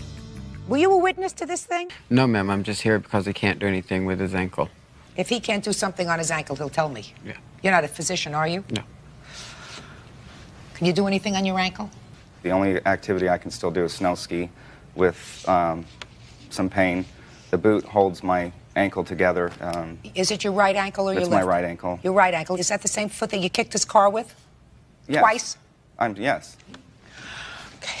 Listen, gentlemen, clearly, based upon what you both told me, you cared about each other for a long time. You lived together. What I don't understand, Mr. Fields, is your reaction in taking this car up to 30 miles an hour with him on the hood. Let me tell you why I don't understand that. We all lose our tempers. Clearly, you both lost your temper, because I think that somewhere in the middle of what you both told me is the truth. You can replace a windshield, you can replace a dent to your car, you can replace him going into your car, because sometimes people, when they're hot, they do those things to other people's property, even people that they care about. But the physical part of it, the accelerating your car to 30 miles an hour and then slamming on the brakes, not smart. I agree. Now, Mr. Kessler, you started it. You understand that? I made the first stupid move, yes, ma'am. I do have records from my doctor, signed statements that show, and I have pictures, that I have bumper impaction contusions on both of my legs where I was struck by the bumper. I was hit by the car. I don't doubt that you hurt yourself. And my ankle was completely crushed when the tire ran over it. Could I see it, please? Yes, ma'am.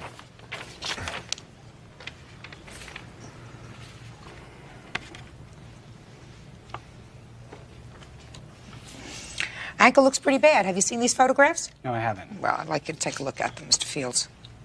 I do have a signed doctor's statement stating that I was struck by a car. It was obviously that I was struck by a car. Sir, statements from a professional witness can tell me that you had a broken tibia, that you had this or that. But a doctor can't tell me how it happened, because that is a judicial determination made after hearing evidence. I mean, there's no question that you were injured. What were your medical bills, and were any of them uncovered? My medical bills were in excess of $10,000 How much to were reconstruct covered? my ankle. I believe about 7,000 of them were covered by my insurance. What do you mean you believe? Don't you have the bills there, sir?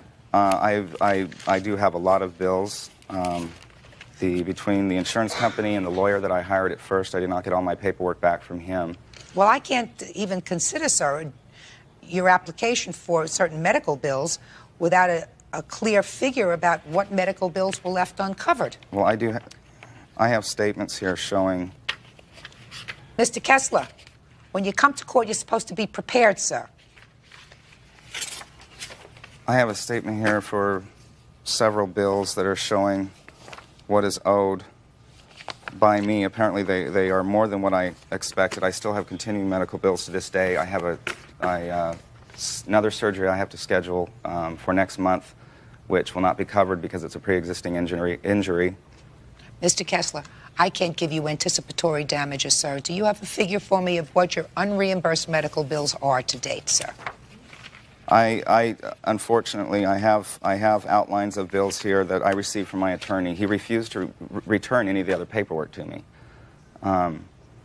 I do have future medical bills. I have records here that state that I am going to need another surgery. I cannot, as I told you, Mr. Kessler, give you anticipatory damages. I've already told you that. Okay. Mr. Kessler, so is the bottom line, sir, is you do not know exactly... What I'm suing for mainly is besides medical bills, is loss of enjoyment of life. I cannot run, jump, I cannot water ski, I cannot do anything anymore. I never will the rest of my life. Judge Judy continues in a moment. That I jumped on his car, that's absolutely ridiculous. There is no way I jumped on his car. His car hit me. And later today... In this case, he loves that caricature because it was taken 20 years ago. That's probably the last time he looked good. Real cases, real people. Judge Judy. Scott Kessler is suing his former lover, Lytton Fields, after a lover's quarrel turned violent. The judge is ready to rule. Mr. Kessler, I do not excuse what he did. This was a terrible argument. I believe that you were at least partially responsible because you jumped on the hood of his car. You jumped on the hood of his car and you grabbed his windshield wipers. You placed yourself in harm's way. That does not excuse him from doing what he did, which was accelerate the car and then stop short. This wasn't a case where you were crossing the street and you were hit by his car. I am not giving you any money, sir, for lack of enjoyment of your life. You are partially responsible for what happened to you. He is going to pay your unreimbursed medical bills to date. If you do not have those unreimbursed medical bills to date, sir, I cannot order any money on your behalf. Wait until you have your second surgery and sue him again. Do you want to do that so that you've done it on all one ball of wax? I'm more than happy to allow you to withdraw this proceeding without prejudice to you refiling when you have accumulated all of your medical bills. Unreimbursed. Do you understand? Yes, ma'am. The only thing that I have to say as far as jumping on his car is I do have, there's no way I could have jumped on his car. I believe that that's exactly what happened, sir. I have pictures proving that I have bruises below my knee. Listen to me, sir. I don't know when the bruises came about. I don't know whether they came about when you fell off, when you jumped on. Mr. Kessler, that's my finding, sir. Do you understand? Yes, ma'am.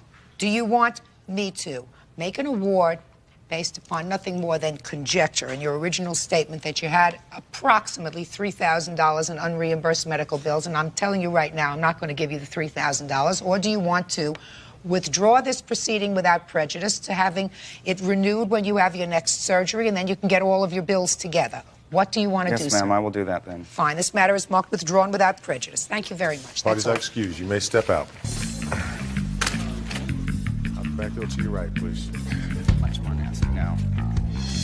It gets a little old when you're living with somebody who refuses to talk to you, doesn't give you any reason why he won't talk to you. None of your friends can stand him because my own family, when he came out to visit, could not believe that I was seeing somebody with his attitude. And now the next case.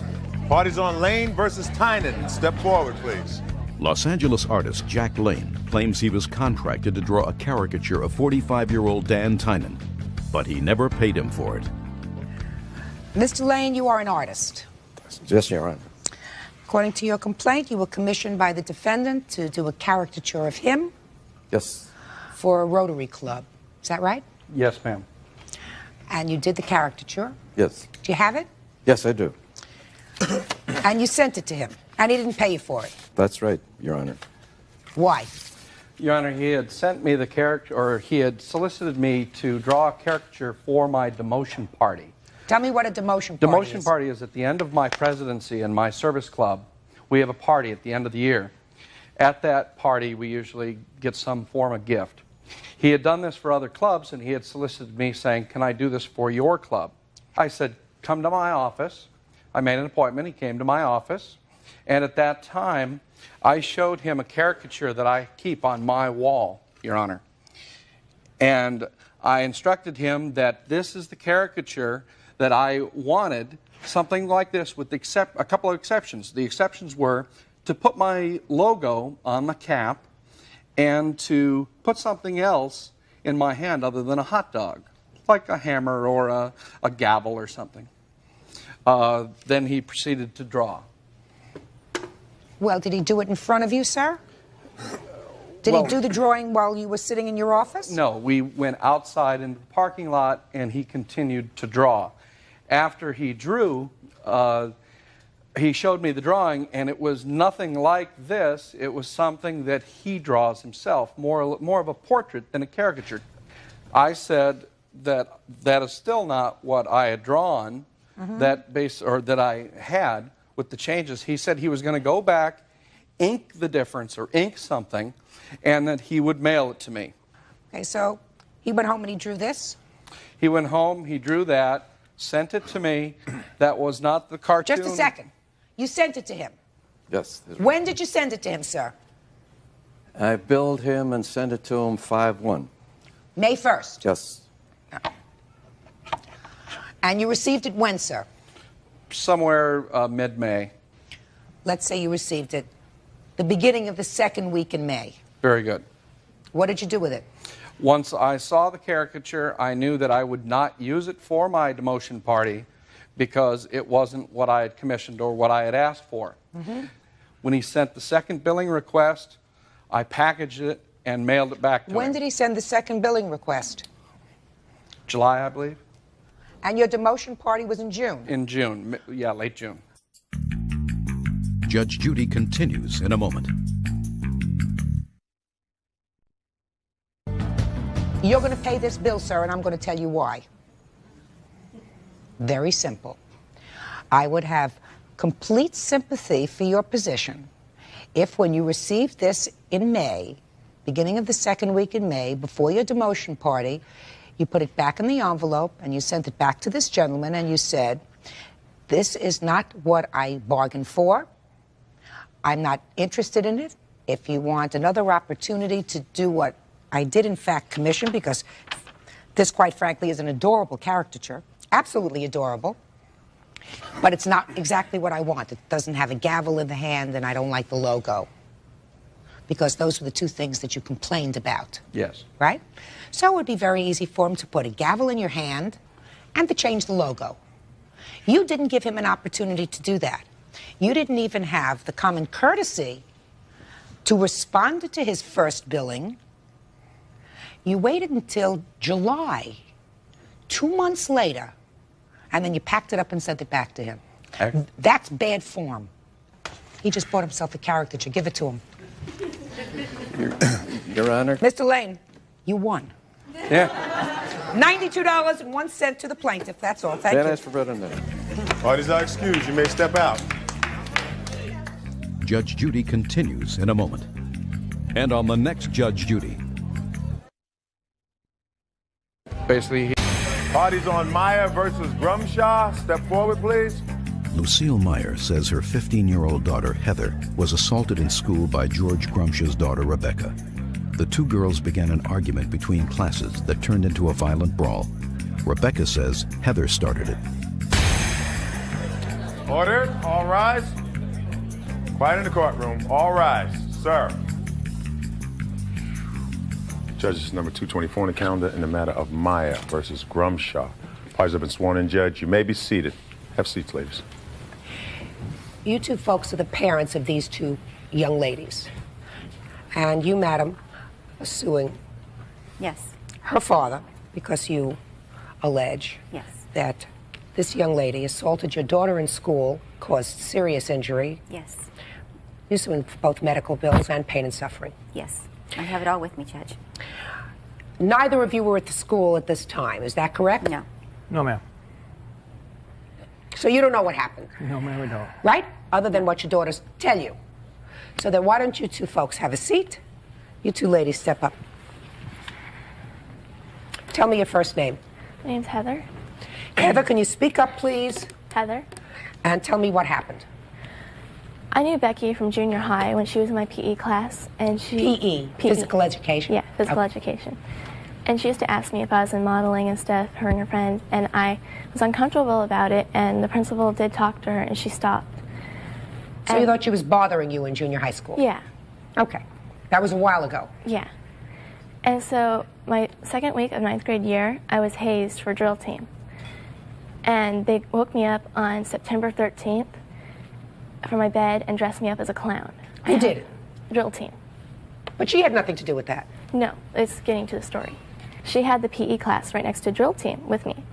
And a guy I knew said in the PE class of hers, "She looks cute today, doesn't she?" And she said in reply, "I'm going to kick that Barbie bitch's ass." And went on to tell him. Did you hear that? No, he told me. Okay, you can't tell me what he told you. Okay.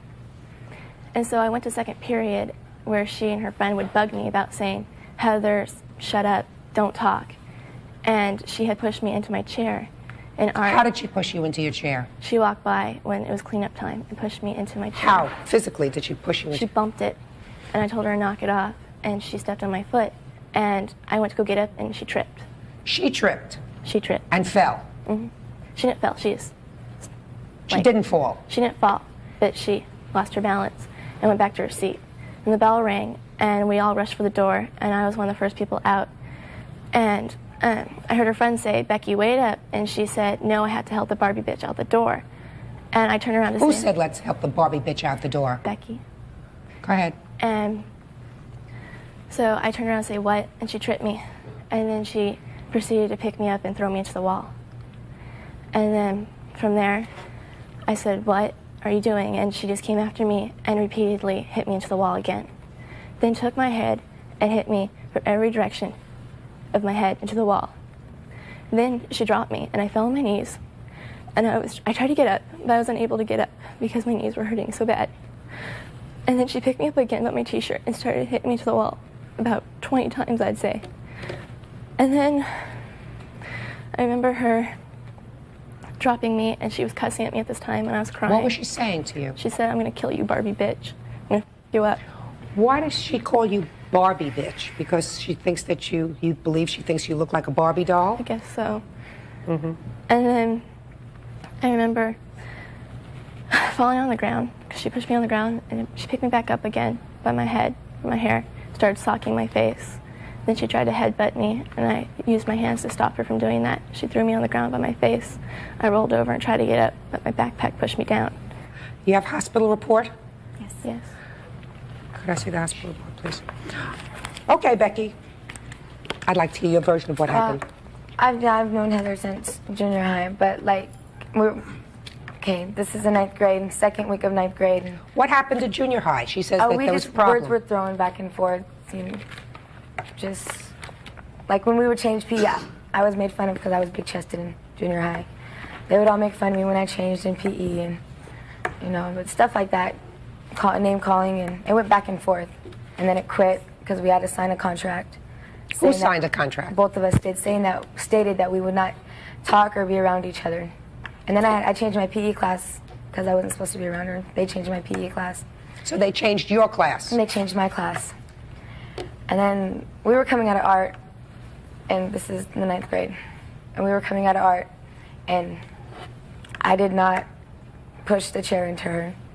I was on the other side. She was on this side. I was on this side. I was nowhere near her. But we were coming out of art class. I had tripped over her foot. I didn't fall, but I had turned around. She had kicked me in the leg. So I had turned around, and words were shared back and forth. Books were dropped. We were pushing each other back and forth. No heads were hit up against the wall. That I know. We were hitting, and a girl broke it up, and we had our witness, but she didn't come in because she was scared to. But she was. Don't tell me what your witness was not here was going to tell me. Becky, were you suspended from school? I was kicked out of school. As a result of this incident? As a result of this incident. Did you ever go back to the school after you were kicked not. out? Did you ever go to the area of the school? Look at me. Did you ever go to the area of the school after you were kicked out? No, I did not. I did the one time with my friend Heather to go pick up her sister from school with her mom. And that was the only time. Uh-huh. Did you ever call her Barbie something? Oh, when we were in high school, junior high. Barbie. What about when you were in the 9th grade? No, there was no name calling. I quit doing that because I got in trouble for it. I got yelled at it and stuff like that, and I didn't do that after that. Why did you call her this name when you were in junior high, Oh, it wasn't just me. It was, I'm not interested in anybody else, that. Becky. I'm just interested in you. Why did you call her, she says you called her Barbie bitch. No, I didn't. Why did you use the term Barbie in referring to her at all? I don't know. What do you mean you don't know? I don't know. Yes, you do. No, I don't. Oh, sure you do. It was just a name. Well, it means something, Becky. Probably because she's got long blonde hair. And it wasn't said nicely. It wasn't said, you look so sweet, you look terrific, you look like a Barbie doll. Right? No. Judge Judy continues in a moment. This is the only fight my child's been in years. I can't see where it's anything criminal. Real cases, real people. Judge Judy. Lucille Meyer says her 15-year-old daughter, Heather, suffered severe injuries when George Grumsh's daughter, Rebecca, assaulted her in school. Rebecca says she didn't start it. Did you have a school suspension hearing, Becky? I don't think so. Well, when they transferred you to another school.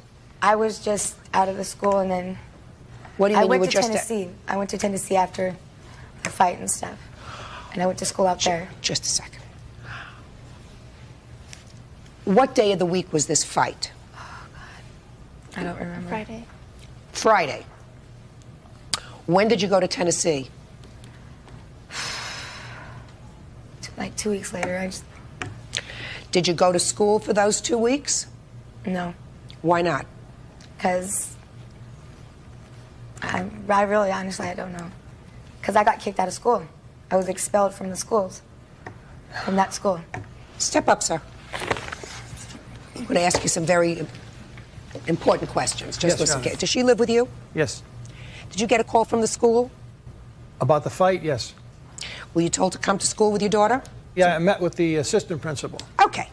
And that was after the fight? Yes, ma'am. And what happened as a result of that meeting? I sent her to go visit her mother for a couple weeks because she was pretty distraught. She was hurting. So I sent her to her mother's for a couple weeks. And in turn, she ended up being operated on, and I brought her back home. She had stomach problems, and I brought her back. Mm-hmm. Is this the first time your daughter's had trouble in school? Not really. She's had a little bit of trouble with nothing like this. Well, but she's had trouble in school. Yes, ma'am. She's had trouble. I'm not talking about her academic grades. I'm talking about with fighting. She's had a couple fights. Right. Nothing. Now, nothing as serious as this. No. But they started a while ago. Right? Well, this is way back in school, yes, ma'am. They started a while ago. Well, what have you done to try to address this? You have a young lady who has had problems in the past with fighting in school. What have you done to try to address it? Everything I could. Like what?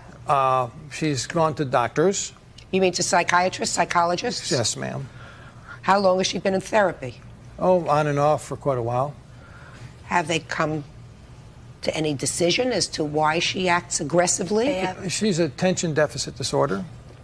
She's been on medication for it, and she seemed to grow out of it. I mean, she doesn't fight with everybody. You know, believe it, it's just a rare occasion with her. She's just not. She's not a fighter.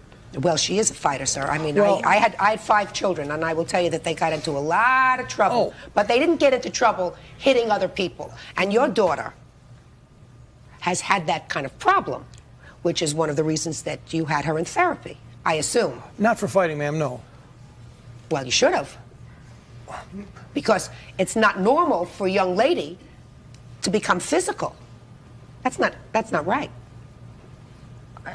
Well, ma'am, Your Honor, my other daughter, who's living with me now, came back from Tennessee. She got in fights. She was attacked. It happens in school. Is your name Grumsha? Yes, ma'am. Mr. Grumsha, it doesn't happen in school. It happens if there are 30 million children in school in this country at any one time.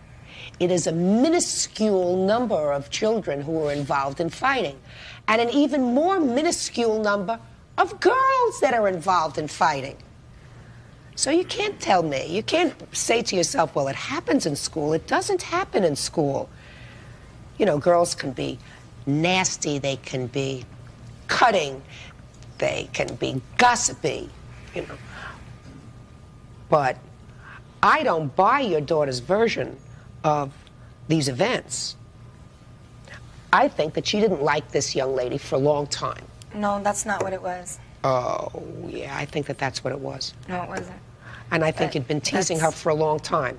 I'll admit to be teasing her, but she's not sweet and innocent like she right now shows to be. She's got a mouth on her too. I don't doubt that, madam. But I don't doubt that she can respond to you. But I think that you were teasing her, whether you were jealous. Jealous. Maybe. envious for some reason, didn't like the way she looked, trying to show off for your friends, whatever reason it was, according to these medical reports, she was injured very badly. Judge Judy continues in a moment. Didn't anybody come and try to stop this when it was happening? One girl did stop it, but I was unconscious when she stopped it. Real cases, real people. Judge Judy. Lucille Meyer says her 15-year-old daughter Heather suffered severe injuries when George Grumsh's daughter Rebecca assaulted her in school. Rebecca says she didn't start it. You want to tell me about how long you were out of school? Me? I went back to school the next week because the doctor told me to. So you were out of school for a week? No. I went back to school the weekend after it happened. Okay, so you went back to school on Monday? Yeah, but I had to stay on a drill team for at least 4 months after it because... What's drill team? Explain that. It's color guard, it's flags for band, and... Why did you have to stay at drill team? Because I couldn't lift the flag because my neck and my shoulders hurt too bad. Were you in treatment during that 4-month period?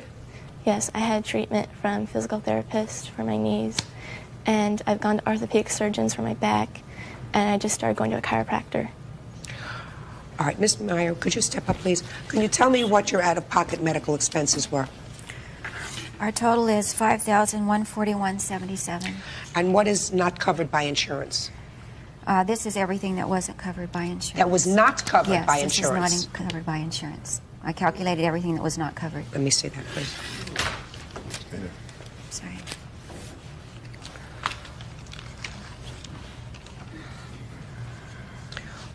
I see that there are bills here from a dentist. What happened to your mouth? It threw my jaw off alignment and pushed it back and wore away at the cartilage. And I have to wear a jaw splint for it to restabilize my mouth. Tell me about this jaw splint that you have to wear. Do you want to see it? Yeah. Let me see. And you didn't have to wear that before? No.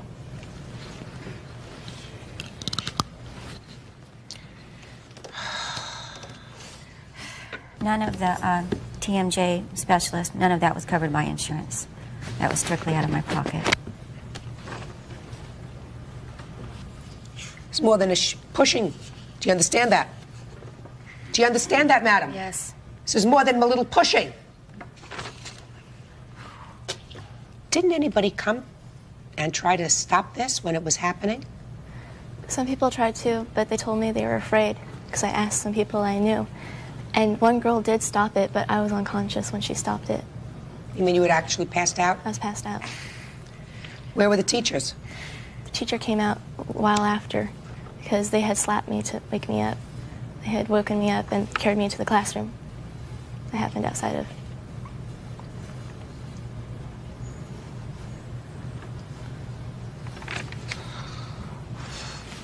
Looks like you've been to see a lot of doctors.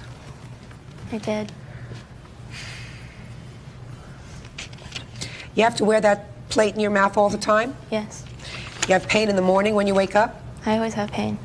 In your jaw? Mm-hmm. My jaw and my neck. Judge Judy is ready to rule. Listen, you understand that the maximum that I can award you is $5,000. I quite frankly don't know why you have elected to sue in a small claim situation where the maximum is $5,000. As far as I'm concerned, this young lady is not only responsible for your unreimbursed medical bills, she is also responsible for pain and suffering and whatever long-term physical problems you're going to have. I'm not questioning that. I'm not here to produce more litigation for other courts. We are also going to criminal court. I understand, Mr. Grumshaw, that you are, I assume, a single parent raising Yes, ma'am, a I daughter. am. Daughter has been in your custody, and I gather from what you tell me, sir, that you have tried to address some of the problems that you've seen with her ADD, seeing a therapist, being on medication. She went out of control. This wasn't a pushing and shoving. Your Honor, could I say something, please? Sure. When she came home after this scuffle, she complained of stomach aches. She ended up getting operated on for a blockage in intestines, which was caused by adhesions to her appendicitis. I didn't. That has nothing to do with this fight, sir. I didn't. That has nothing to do with this fight, sir. The fact that she had adhesions to her appendicitis when she went down to Tennessee and she was operated on 2 weeks later. You don't get adhesions in 2 weeks. Mr. Grumsha, don't make 2 months. Don't make excuses, sir. Not excuses. Don't make excuses, sir. Your daughter caused some serious damage. She knows she caused serious damage. Well, she knows she can't look at me and tell me she didn't provoke yeah, I got this. into a fight with her. You instigated it and you hurt her seriously, either because you are harboring an old grudge for something that dated back to junior high school. But whatever it is, you lost control. And you have to pay for it. Judgment in the case is for the plaintiff in the amount of $5,000. That's all. Parties are excused. You may step out. Judge Judy continues in a moment. And on the next step forward, please. 39-year-old Philadelphia transit worker Vanessa Coleman says a man she used to date, Theodore Smith, stole her car for 2 days, then returned it damaged. Mr. Smith claims he had Vanessa's permission to take the car and is not responsible for the damage to the vehicle. Order. All rise. Quiet in the courtroom. All rise. Judge, it's number 220 on the calendar in the matter of Coleman versus Smith. Parties have been sworn in, Judge. You may be seated. All right, Miss Coleman, you say that Mr. Smith stole your car. Yes. He said he borrowed it with your permission. In any event, the car, something happened to it, it was damaged. You want to get paid? Yes. So first, let's start on the 27th of June, which is when this whole thing came down, I understand. He took the keys from your house. Yes. Tell me how that happened. I had got home from work early this day, and the maintenance man, name is Derek, asked me if I could run him and Mr. Smith up to cash their check. He was a neighbor of yours? Yes, he's a neighbor. And so I did this and came back home, and I knew I was going out that evening, so I came in to change, to get ready. So while I was in the house changing, Mr. Smith rang my bell. I asked who it was, and it was saying he responded, so I went to the door and let him in. So we were down there talking, and I noticed that I have a countertop in my living room that the keys was laying there. So I went back upstairs and told him that I was getting ready to go out that evening, and I left him downstairs. So anyway, as I got ready to come back down to leave, I noticed that my keys weren't on the counter anymore. So I figured, well, maybe I took them back upstairs. And I went back upstairs, and I didn't see the keys up there either. And I checked all in my pocketbook, and I couldn't find my keys. Didn't find the keys? So did you call the police? I called the police that evening because I waited to see maybe he would bring the car back. So I waited and waited, and I did finally call the police and report the car stolen that evening. Now, that was June 27th? June 27th. When did you get the car back? My niece found the car June 29th, which was a Sunday. And what was the condition of the car when it was found? Trying to move the car wouldn't move. Okay, so it was damaged. So it was damaged. Well, he acknowledges that the car was damaged while you were driving it, sir. Now, why don't you tell me your version of how you got possession of these keys? Ms. Coleman and I, we live 2 doors apart from each other. Had you been friends before this happened? Yes, we were. Yes, we were. We were also seeing each other. No, and we weren't, probably starting what I would call the start of a relationship. What do you mean? She and I had spent time in each other's house a couple of times, having dinner, ice cream, these sort of things. That's nice. I've used a car before, and I've driven a car and brought it back. With her permission? With her permission. I had asked her, could I use the car to make an errand to my mother's house? My mother lives in walking distance, 10 minutes, and driving, it's 2 minutes. The car was parked 4 blocks away from my mother's house. Just a second. You asked her if, according to you, you asked her if you could ride to an errand to your mother's house. Yes, I did. You didn't tell me what she said. She said yes. She gave me the keys, which was a full set of keys. At that time... And you intended to be back in... In moments, because she had told me she... You intended to be back in moments, and you knew she was going out. Yes, I did. Okay. She gave me the keys. Her and the landlord were standing on the pavement talking as I got into the car and exited the block.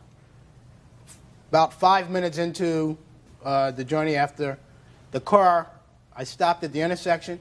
I tried to engage the shifter to go on.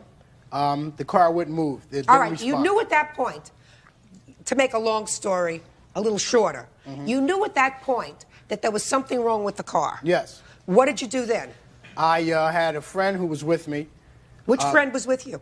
A gentleman I picked up. Just a second. A gentleman you picked up where? This was on the block of my mother's house. The Who street was where that? my mother lived at. Who was that? It was a gentleman named Boo. Boo. Right. Does Boo have a last name? Boo Rogers, yes he does. What'd you pick up Boo for? He was going in the same direction I was coming back.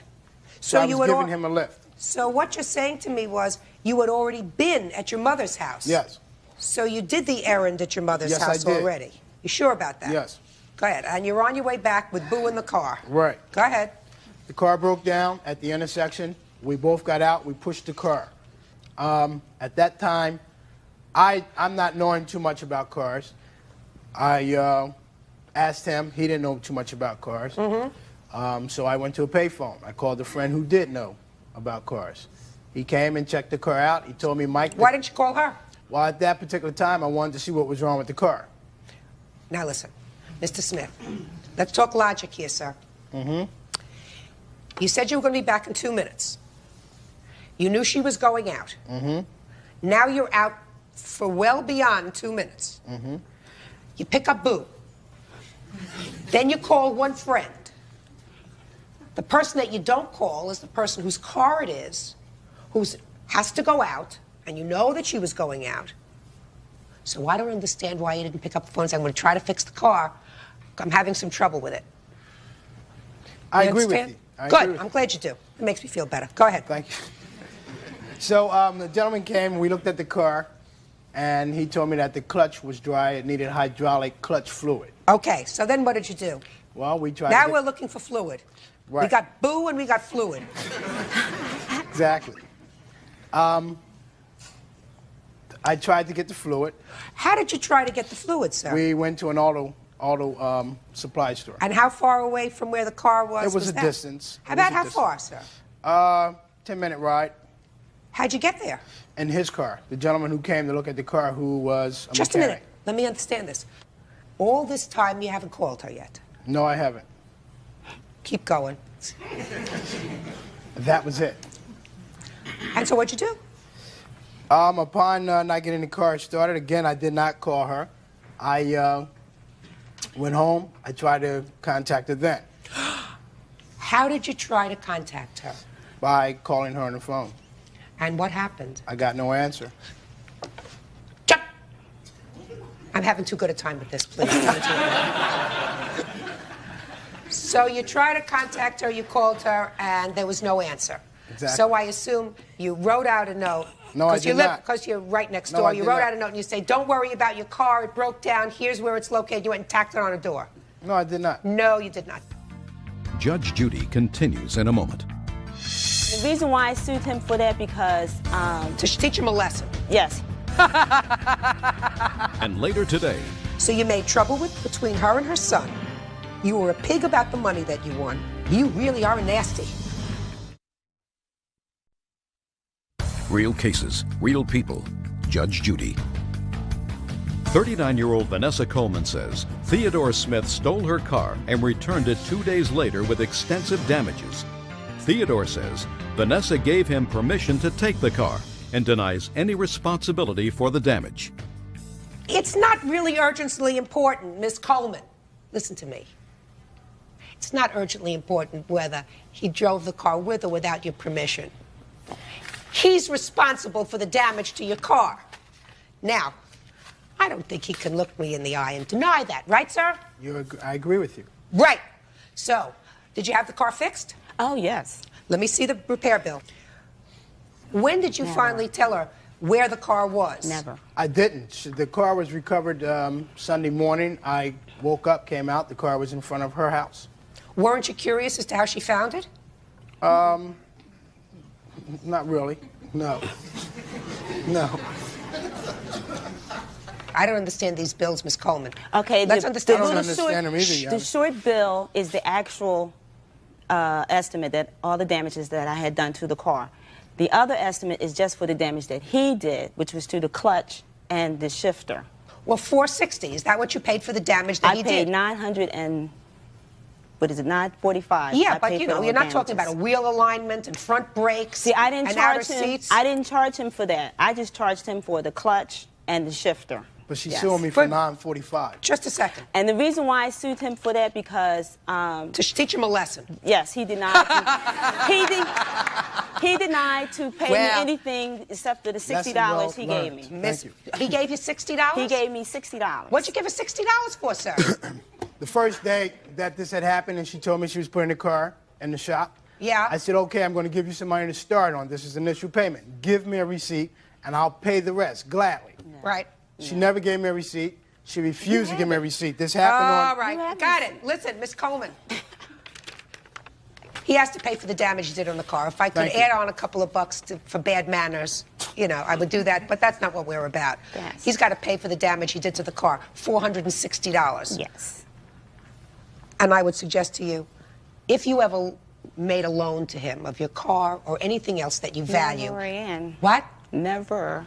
Right. You know it. Thank you very much. That's all. Parties are excused. You may step out. Thank you. I'll be back to you right. Thank you. And now the next case. Parties on Travis versus Hood. Step forward, please. Avid bingo player, 57-year-old Fanny Travis, is suing her son's girlfriend, Betty Hood, claiming they made a deal to split a $10,000 bingo jackpot if either of them won. Betty denies they had any agreement. Miss Travis, you are an avid bingo player. Yes, I am. And the defendant used to be your friend. My son's girlfriend. According to your complaint, you were playing bingo one night back in August. Yeah. And you played together, you and the defendant, and your daughter. My daughter. And a couple of other people. Not the one, not her. She's not here. Another daughter. Another daughter. And then there was advertised a super bingo party for September. Yes. And you had to buy packs of $50 worth of bingo cards. That's right. So you say you bought packs of cards for several people, including the defendant. That's right. And it was your agreement with her that what? If anybody won, I would get half of the winning. And then she won. She won. $10,000. Right. Bingo. She gave you $1,000. Right. And said, I'm not giving you any more. No, she never said that. What did she say? The people at the bingo was going to count me the $5,000. You only get $5,000 that night. The next $5,000 we had to come back that Monday. It was on a Saturday night. So they was finna give me the money because the bingo staff knew I had bought all the cards. I told them to count it to her.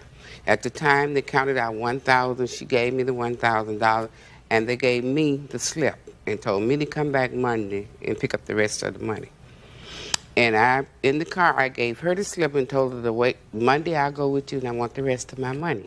All right, you gave her the slip. And told her in the car, I gave her the slip and told her I would go with her Monday and pick up the rest of my money. Okay, so you said, I'll go with you Monday. And pick up the rest of the money. Okay, and what happened? She dodged me all day Monday. I was at bingo waiting on her. She went out late Monday night. Had my grandkids tell me that Dad and Betty told us not to tell you that they gone to bingo. So she went out and picked up the money. When I got my son Monday night on the phone, he made a statement, you made $1,000 profit off of her. I said that was not the agreement. She made a $9,000 profit off of me because we were supposed to split. So that I finally got her Tuesday night and asked her for my money. She said, I spent it. And I said, no, I want my money. You knew it wasn't all yours to spend. Then I called my son. He came out the next day, which was a Tuesday. I went and filed, Wednesday, I'm sorry, I went and filed a claim on her. Then my son came up to the house the first time in his 33-year-old life, cursed me like a dog, saying that if I go through with it, he wasn't going to be my son no more. Judge Judy continues in a moment. You're not a very nice young lady. She didn't know you would think. Who are you to her? Nobody. Real cases, real people. Judge Judy. Fanny Travis says she made a deal with Betty Hood that they would split a $10,000 bingo jackpot if either of them won. Betty denies they had any such arrangement and feels she was being generous by giving Fanny $1,000 of her winnings. Before she got the bingo cards, according to you and according to your daughter, you told her that if you win, half is mine. Yes. Is that correct? Before she had the cards in her possession. Correct. Okay, Betty, let's hear your version of this. When she won that $2,500 that night, she was giving me and her daughter $100. And she said out that 100, that 50 go for that package. I did not hear no split winning. And now she's saying for that when I won the $10,000 that they gave her the receipt, they did not give her the receipt. I signed for that receipt that night. That's the only way that money came to me. I had the receipt in my belongings. Well, my question is, you say that the previous month she won some money. Yes. And very generously gave you $100. Only gave you $50 in cash and then bought the other packet for the other $50. Right. Is that what you're saying? Mm-hmm. Did that happen? No. I only gave her 50. She didn't even know I was buying these packs. She never knew I was buying these packs until 3 weeks later. That's very generous of you to give them anything. Mm-hmm. I mean, you don't have to give them anything. Why did you give her $1,000? Just being generous. You had a conversation with the plaintiff that night, the night that you won the $10,000, correct? Correct. And she made it clear to you, No, after she- you won, let's No, not say before, after you won, that she expected half of your winnings. Is that right? Correct. Did you say to her that night, I'm not going to give you half the winnings? No, I said you must be joking. No. Let me ask you this question, Ms. Hood. Mm-hmm. Does this sound familiar? That when you were leaving that night, and she said to you that should anybody win with cards that she bought, there would be a 50-50 split. And you said, we ain't gonna win no way anyway. Does that sound familiar to you? I say that all the time. I asked you on that night, did that sound familiar to you? Okay, what was the question again? You said, we ain't gonna win no way anyway. Right. Isn't that what you said? Right. Judge Judy is ready to rule. You're not a very nice young lady, Miss Hood. First of all, you've made trouble between this lady and her son. No, I did not. Oh, sure you did. Oh, sure you did. First of all, just by being there that night, by breathing that night in September, you were coming away $5,000 richer. You didn't make an investment. You didn't buy the cards. You didn't plan the evening. Nothing. She gave it to you. And she was generous to you at other times, too. She'll know you a thing, except that you're the mother of at least one of her grandchildren. So she was being nice to you, and I assume she's a generous lady anyway. So you made trouble between her and her son. You were a pig about the money that you won. Absolutely did the wrong thing. And Miss Hood, life has a strange way of coming up and biting you in the back if you do the wrong thing. What you did over money, by destroying this little family, she had a son who she never had a harsh word with. And I assume she did other things. She ever babysit for you? Yes. You had to run to the doctor or something? Had to run someplace else? She took care of your son? Yes? Yes. You really are nasty. Judgment in this case is for the plaintiff for the amount of $4,000. You already got your $1,000? $4,000. That's all. Party's IQ.